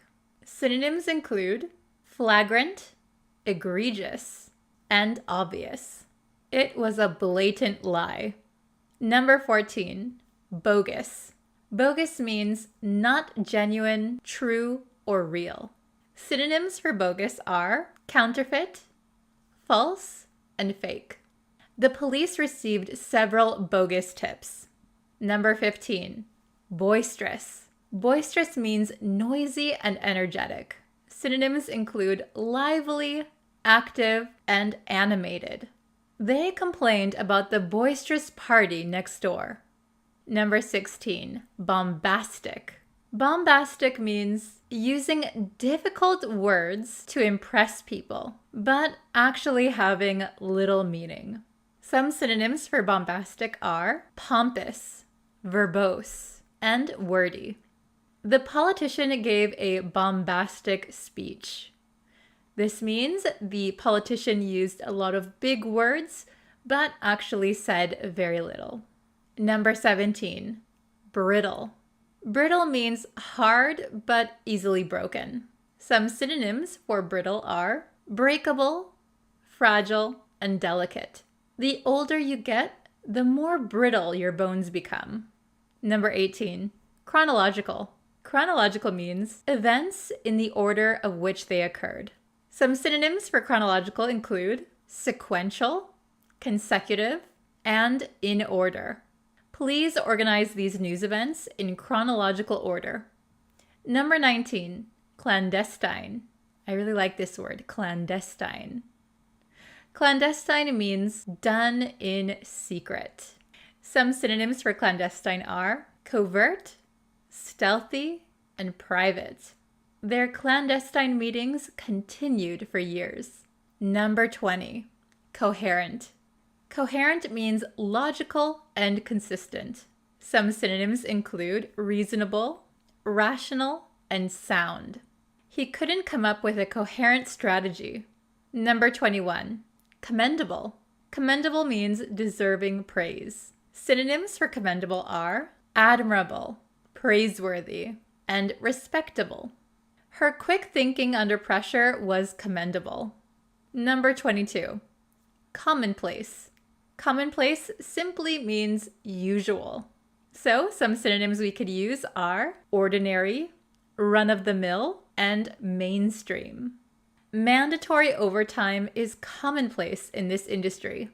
Number 23, compatible. Compatible means to be together without problems or conflict. Synonyms that we can use for compatible are agreeable, harmonious, and well-matched. They broke up because they weren't compatible. Number 24, concise. Concise means short and clear. Synonyms include brief, succinct, and to the point. He wrote up a concise summary of the meeting. Number 25, conducive. Conducive means providing the right conditions for something good to happen. So we could use these synonyms: helpful, advantageous, and encouraging. A quiet room is conducive for studying. Number 26, dilapidated. Dilapidated means old and in a state of disrepair. We can also use rundown, neglected, and shabby. We found a dilapidated house in the woods. So we found a broken down house that could not be repaired. Number 27, dire. Dire means very serious or urgent. Synonyms include terrible, dreadful, and awful. Drinking and driving can have dire consequences. Number 28, disheveled. Disheveled means an untidy appearance. We can also use the words untidy, unkempt, and messy. Don't go to an interview looking disheveled.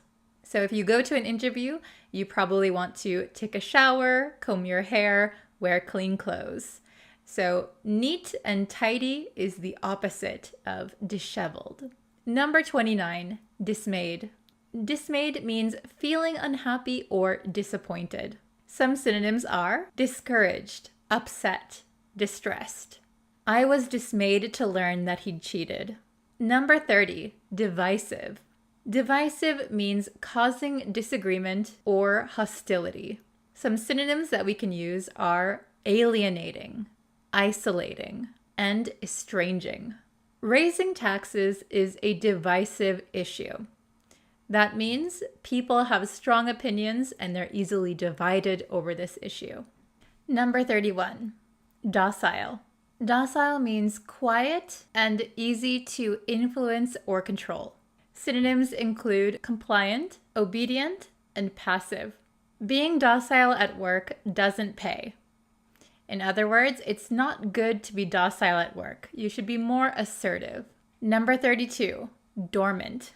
Dormant means not active, but could become active at a later time. Synonyms include inactive, asleep, and latent. Mount Fuji is a dormant volcano. That means it's not actively erupting, but in the future, it could possibly erupt again. Number 33, durable. Durable means able to withstand damage. So something that is very strong. Synonyms include lasting, enduring, and tough. This table is very durable. Number 34, eclectic. Eclectic means made up of various sources or styles. Synonyms include assorted, diverse, and wide-ranging. She has an eclectic style. Number 35, egregious. Egregious means outstandingly bad and noticeable. Synonyms of egregious are blatant, flagrant, and horrible. It's hard to recover from an egregious error. Number 36, elated. Elated means extremely happy. Some synonyms of elated are thrilled, excited, and ecstatic. I felt elated after passing my English test. Number 37, eloquent. Eloquent means persuasive in writing and speaking. So usually someone who is very good with words is eloquent. Synonyms include expressive, articulate, and fluent. She made an eloquent speech at the rally.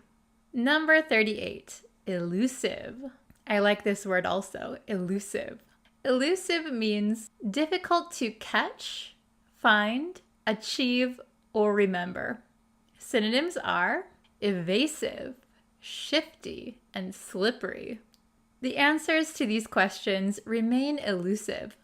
Number 39, excruciating. Excruciating means extremely painful. Synonyms are agonizing, unbearable, and severe. I have excruciating back pain. Number 40, exhilarating. Exhilarating means feeling very excited and happy. We could also say exciting, thrilling, or intoxicating. We went on an exhilarating roller coaster ride. Number 41, extravagant. Extravagant means lacking restraint when spending money, or more expensive than is reasonable. So it has a lot to do with spending a lot of money. We can also say indulgent, wasteful, and excessive. He leads an extravagant lifestyle. So he's probably going out to really expensive restaurants, buying brand name clothing, spending a lot of money. Number 42, feasible. Feasible means possible to do easily or likely. We could also say practical, attainable, and probable. Thanks to your generous donation, our project is now feasible. Number 43, figurative. Figurative means words or phrases departing from their original meaning. We use figurative language a lot in the English language. Synonyms for figurative are metaphorical, symbolic, and non-literal. So we don't take these words in the literal meaning. I used the word kill in the figurative sense. So, for example, if you say, "Go kill them out there," to someone who's going to go on stage, doesn't actually mean kill them. It means to do a good job. So the word kill in that sentence is used in the figurative sense. Number 44, finicky. I like this word also, finicky. It's just a fun word to say. Finicky means difficult to please. Synonyms include fussy, fastidious, and picky. He was always a finicky eater. So this means he doesn't eat everything on his plate. He has certain things that he likes and many things he doesn't like. If you got this far in the video, let me know down in the comments if you are a finicky eater. Number 45, forlorn. Forlorn means sad and left alone. You could also say lonely, sad, and pitiful. His face looked forlorn as he waved goodbye. Number 46, frivolous. Frivolous means not serious or important. Synonyms include trivial, superficial, and shallow. You shouldn't spend a lot of money on a frivolous party. Number 47, gaudy. Gaudy means bright, showy, and tasteless. We could also say flashy, lurid, and loud. My aunt loves gaudy jewelry. Number 48, generic. Generic simply means not specific. We can also say common, general, or non-specific. The generic kind of cereal is cheaper than the name brand ones. Number 49, gratuitous. Gratuitous means done without good reason. Synonyms are unwarranted, unjustified, and needless. This movie is filled with gratuitous violence. So the violence in the movie is not necessary. It's done without good reason. Maybe it doesn't even have anything to do with the storyline. They just wanted to put it in the movie. So for no good reason, gratuitous. And number 50, our last one for today, we have the word hapless. Hapless. Okay, so hapless means unfortunate. We could also say unlucky, ill-fated, or doomed. So quite a negative word. They were the hapless victims of war. All right, that's it for today's video. Again, if you would like the free PDF, you can sign up for it on my website. Just enter your email and your name, and I will send you the PDF to your email. So again, my website is breezeenglishstudio.com, and I will be sending you your PDF, so please look out for it. Thank you so much for watching today's video, and I can't wait to see you for our next lesson. Bye, everyone.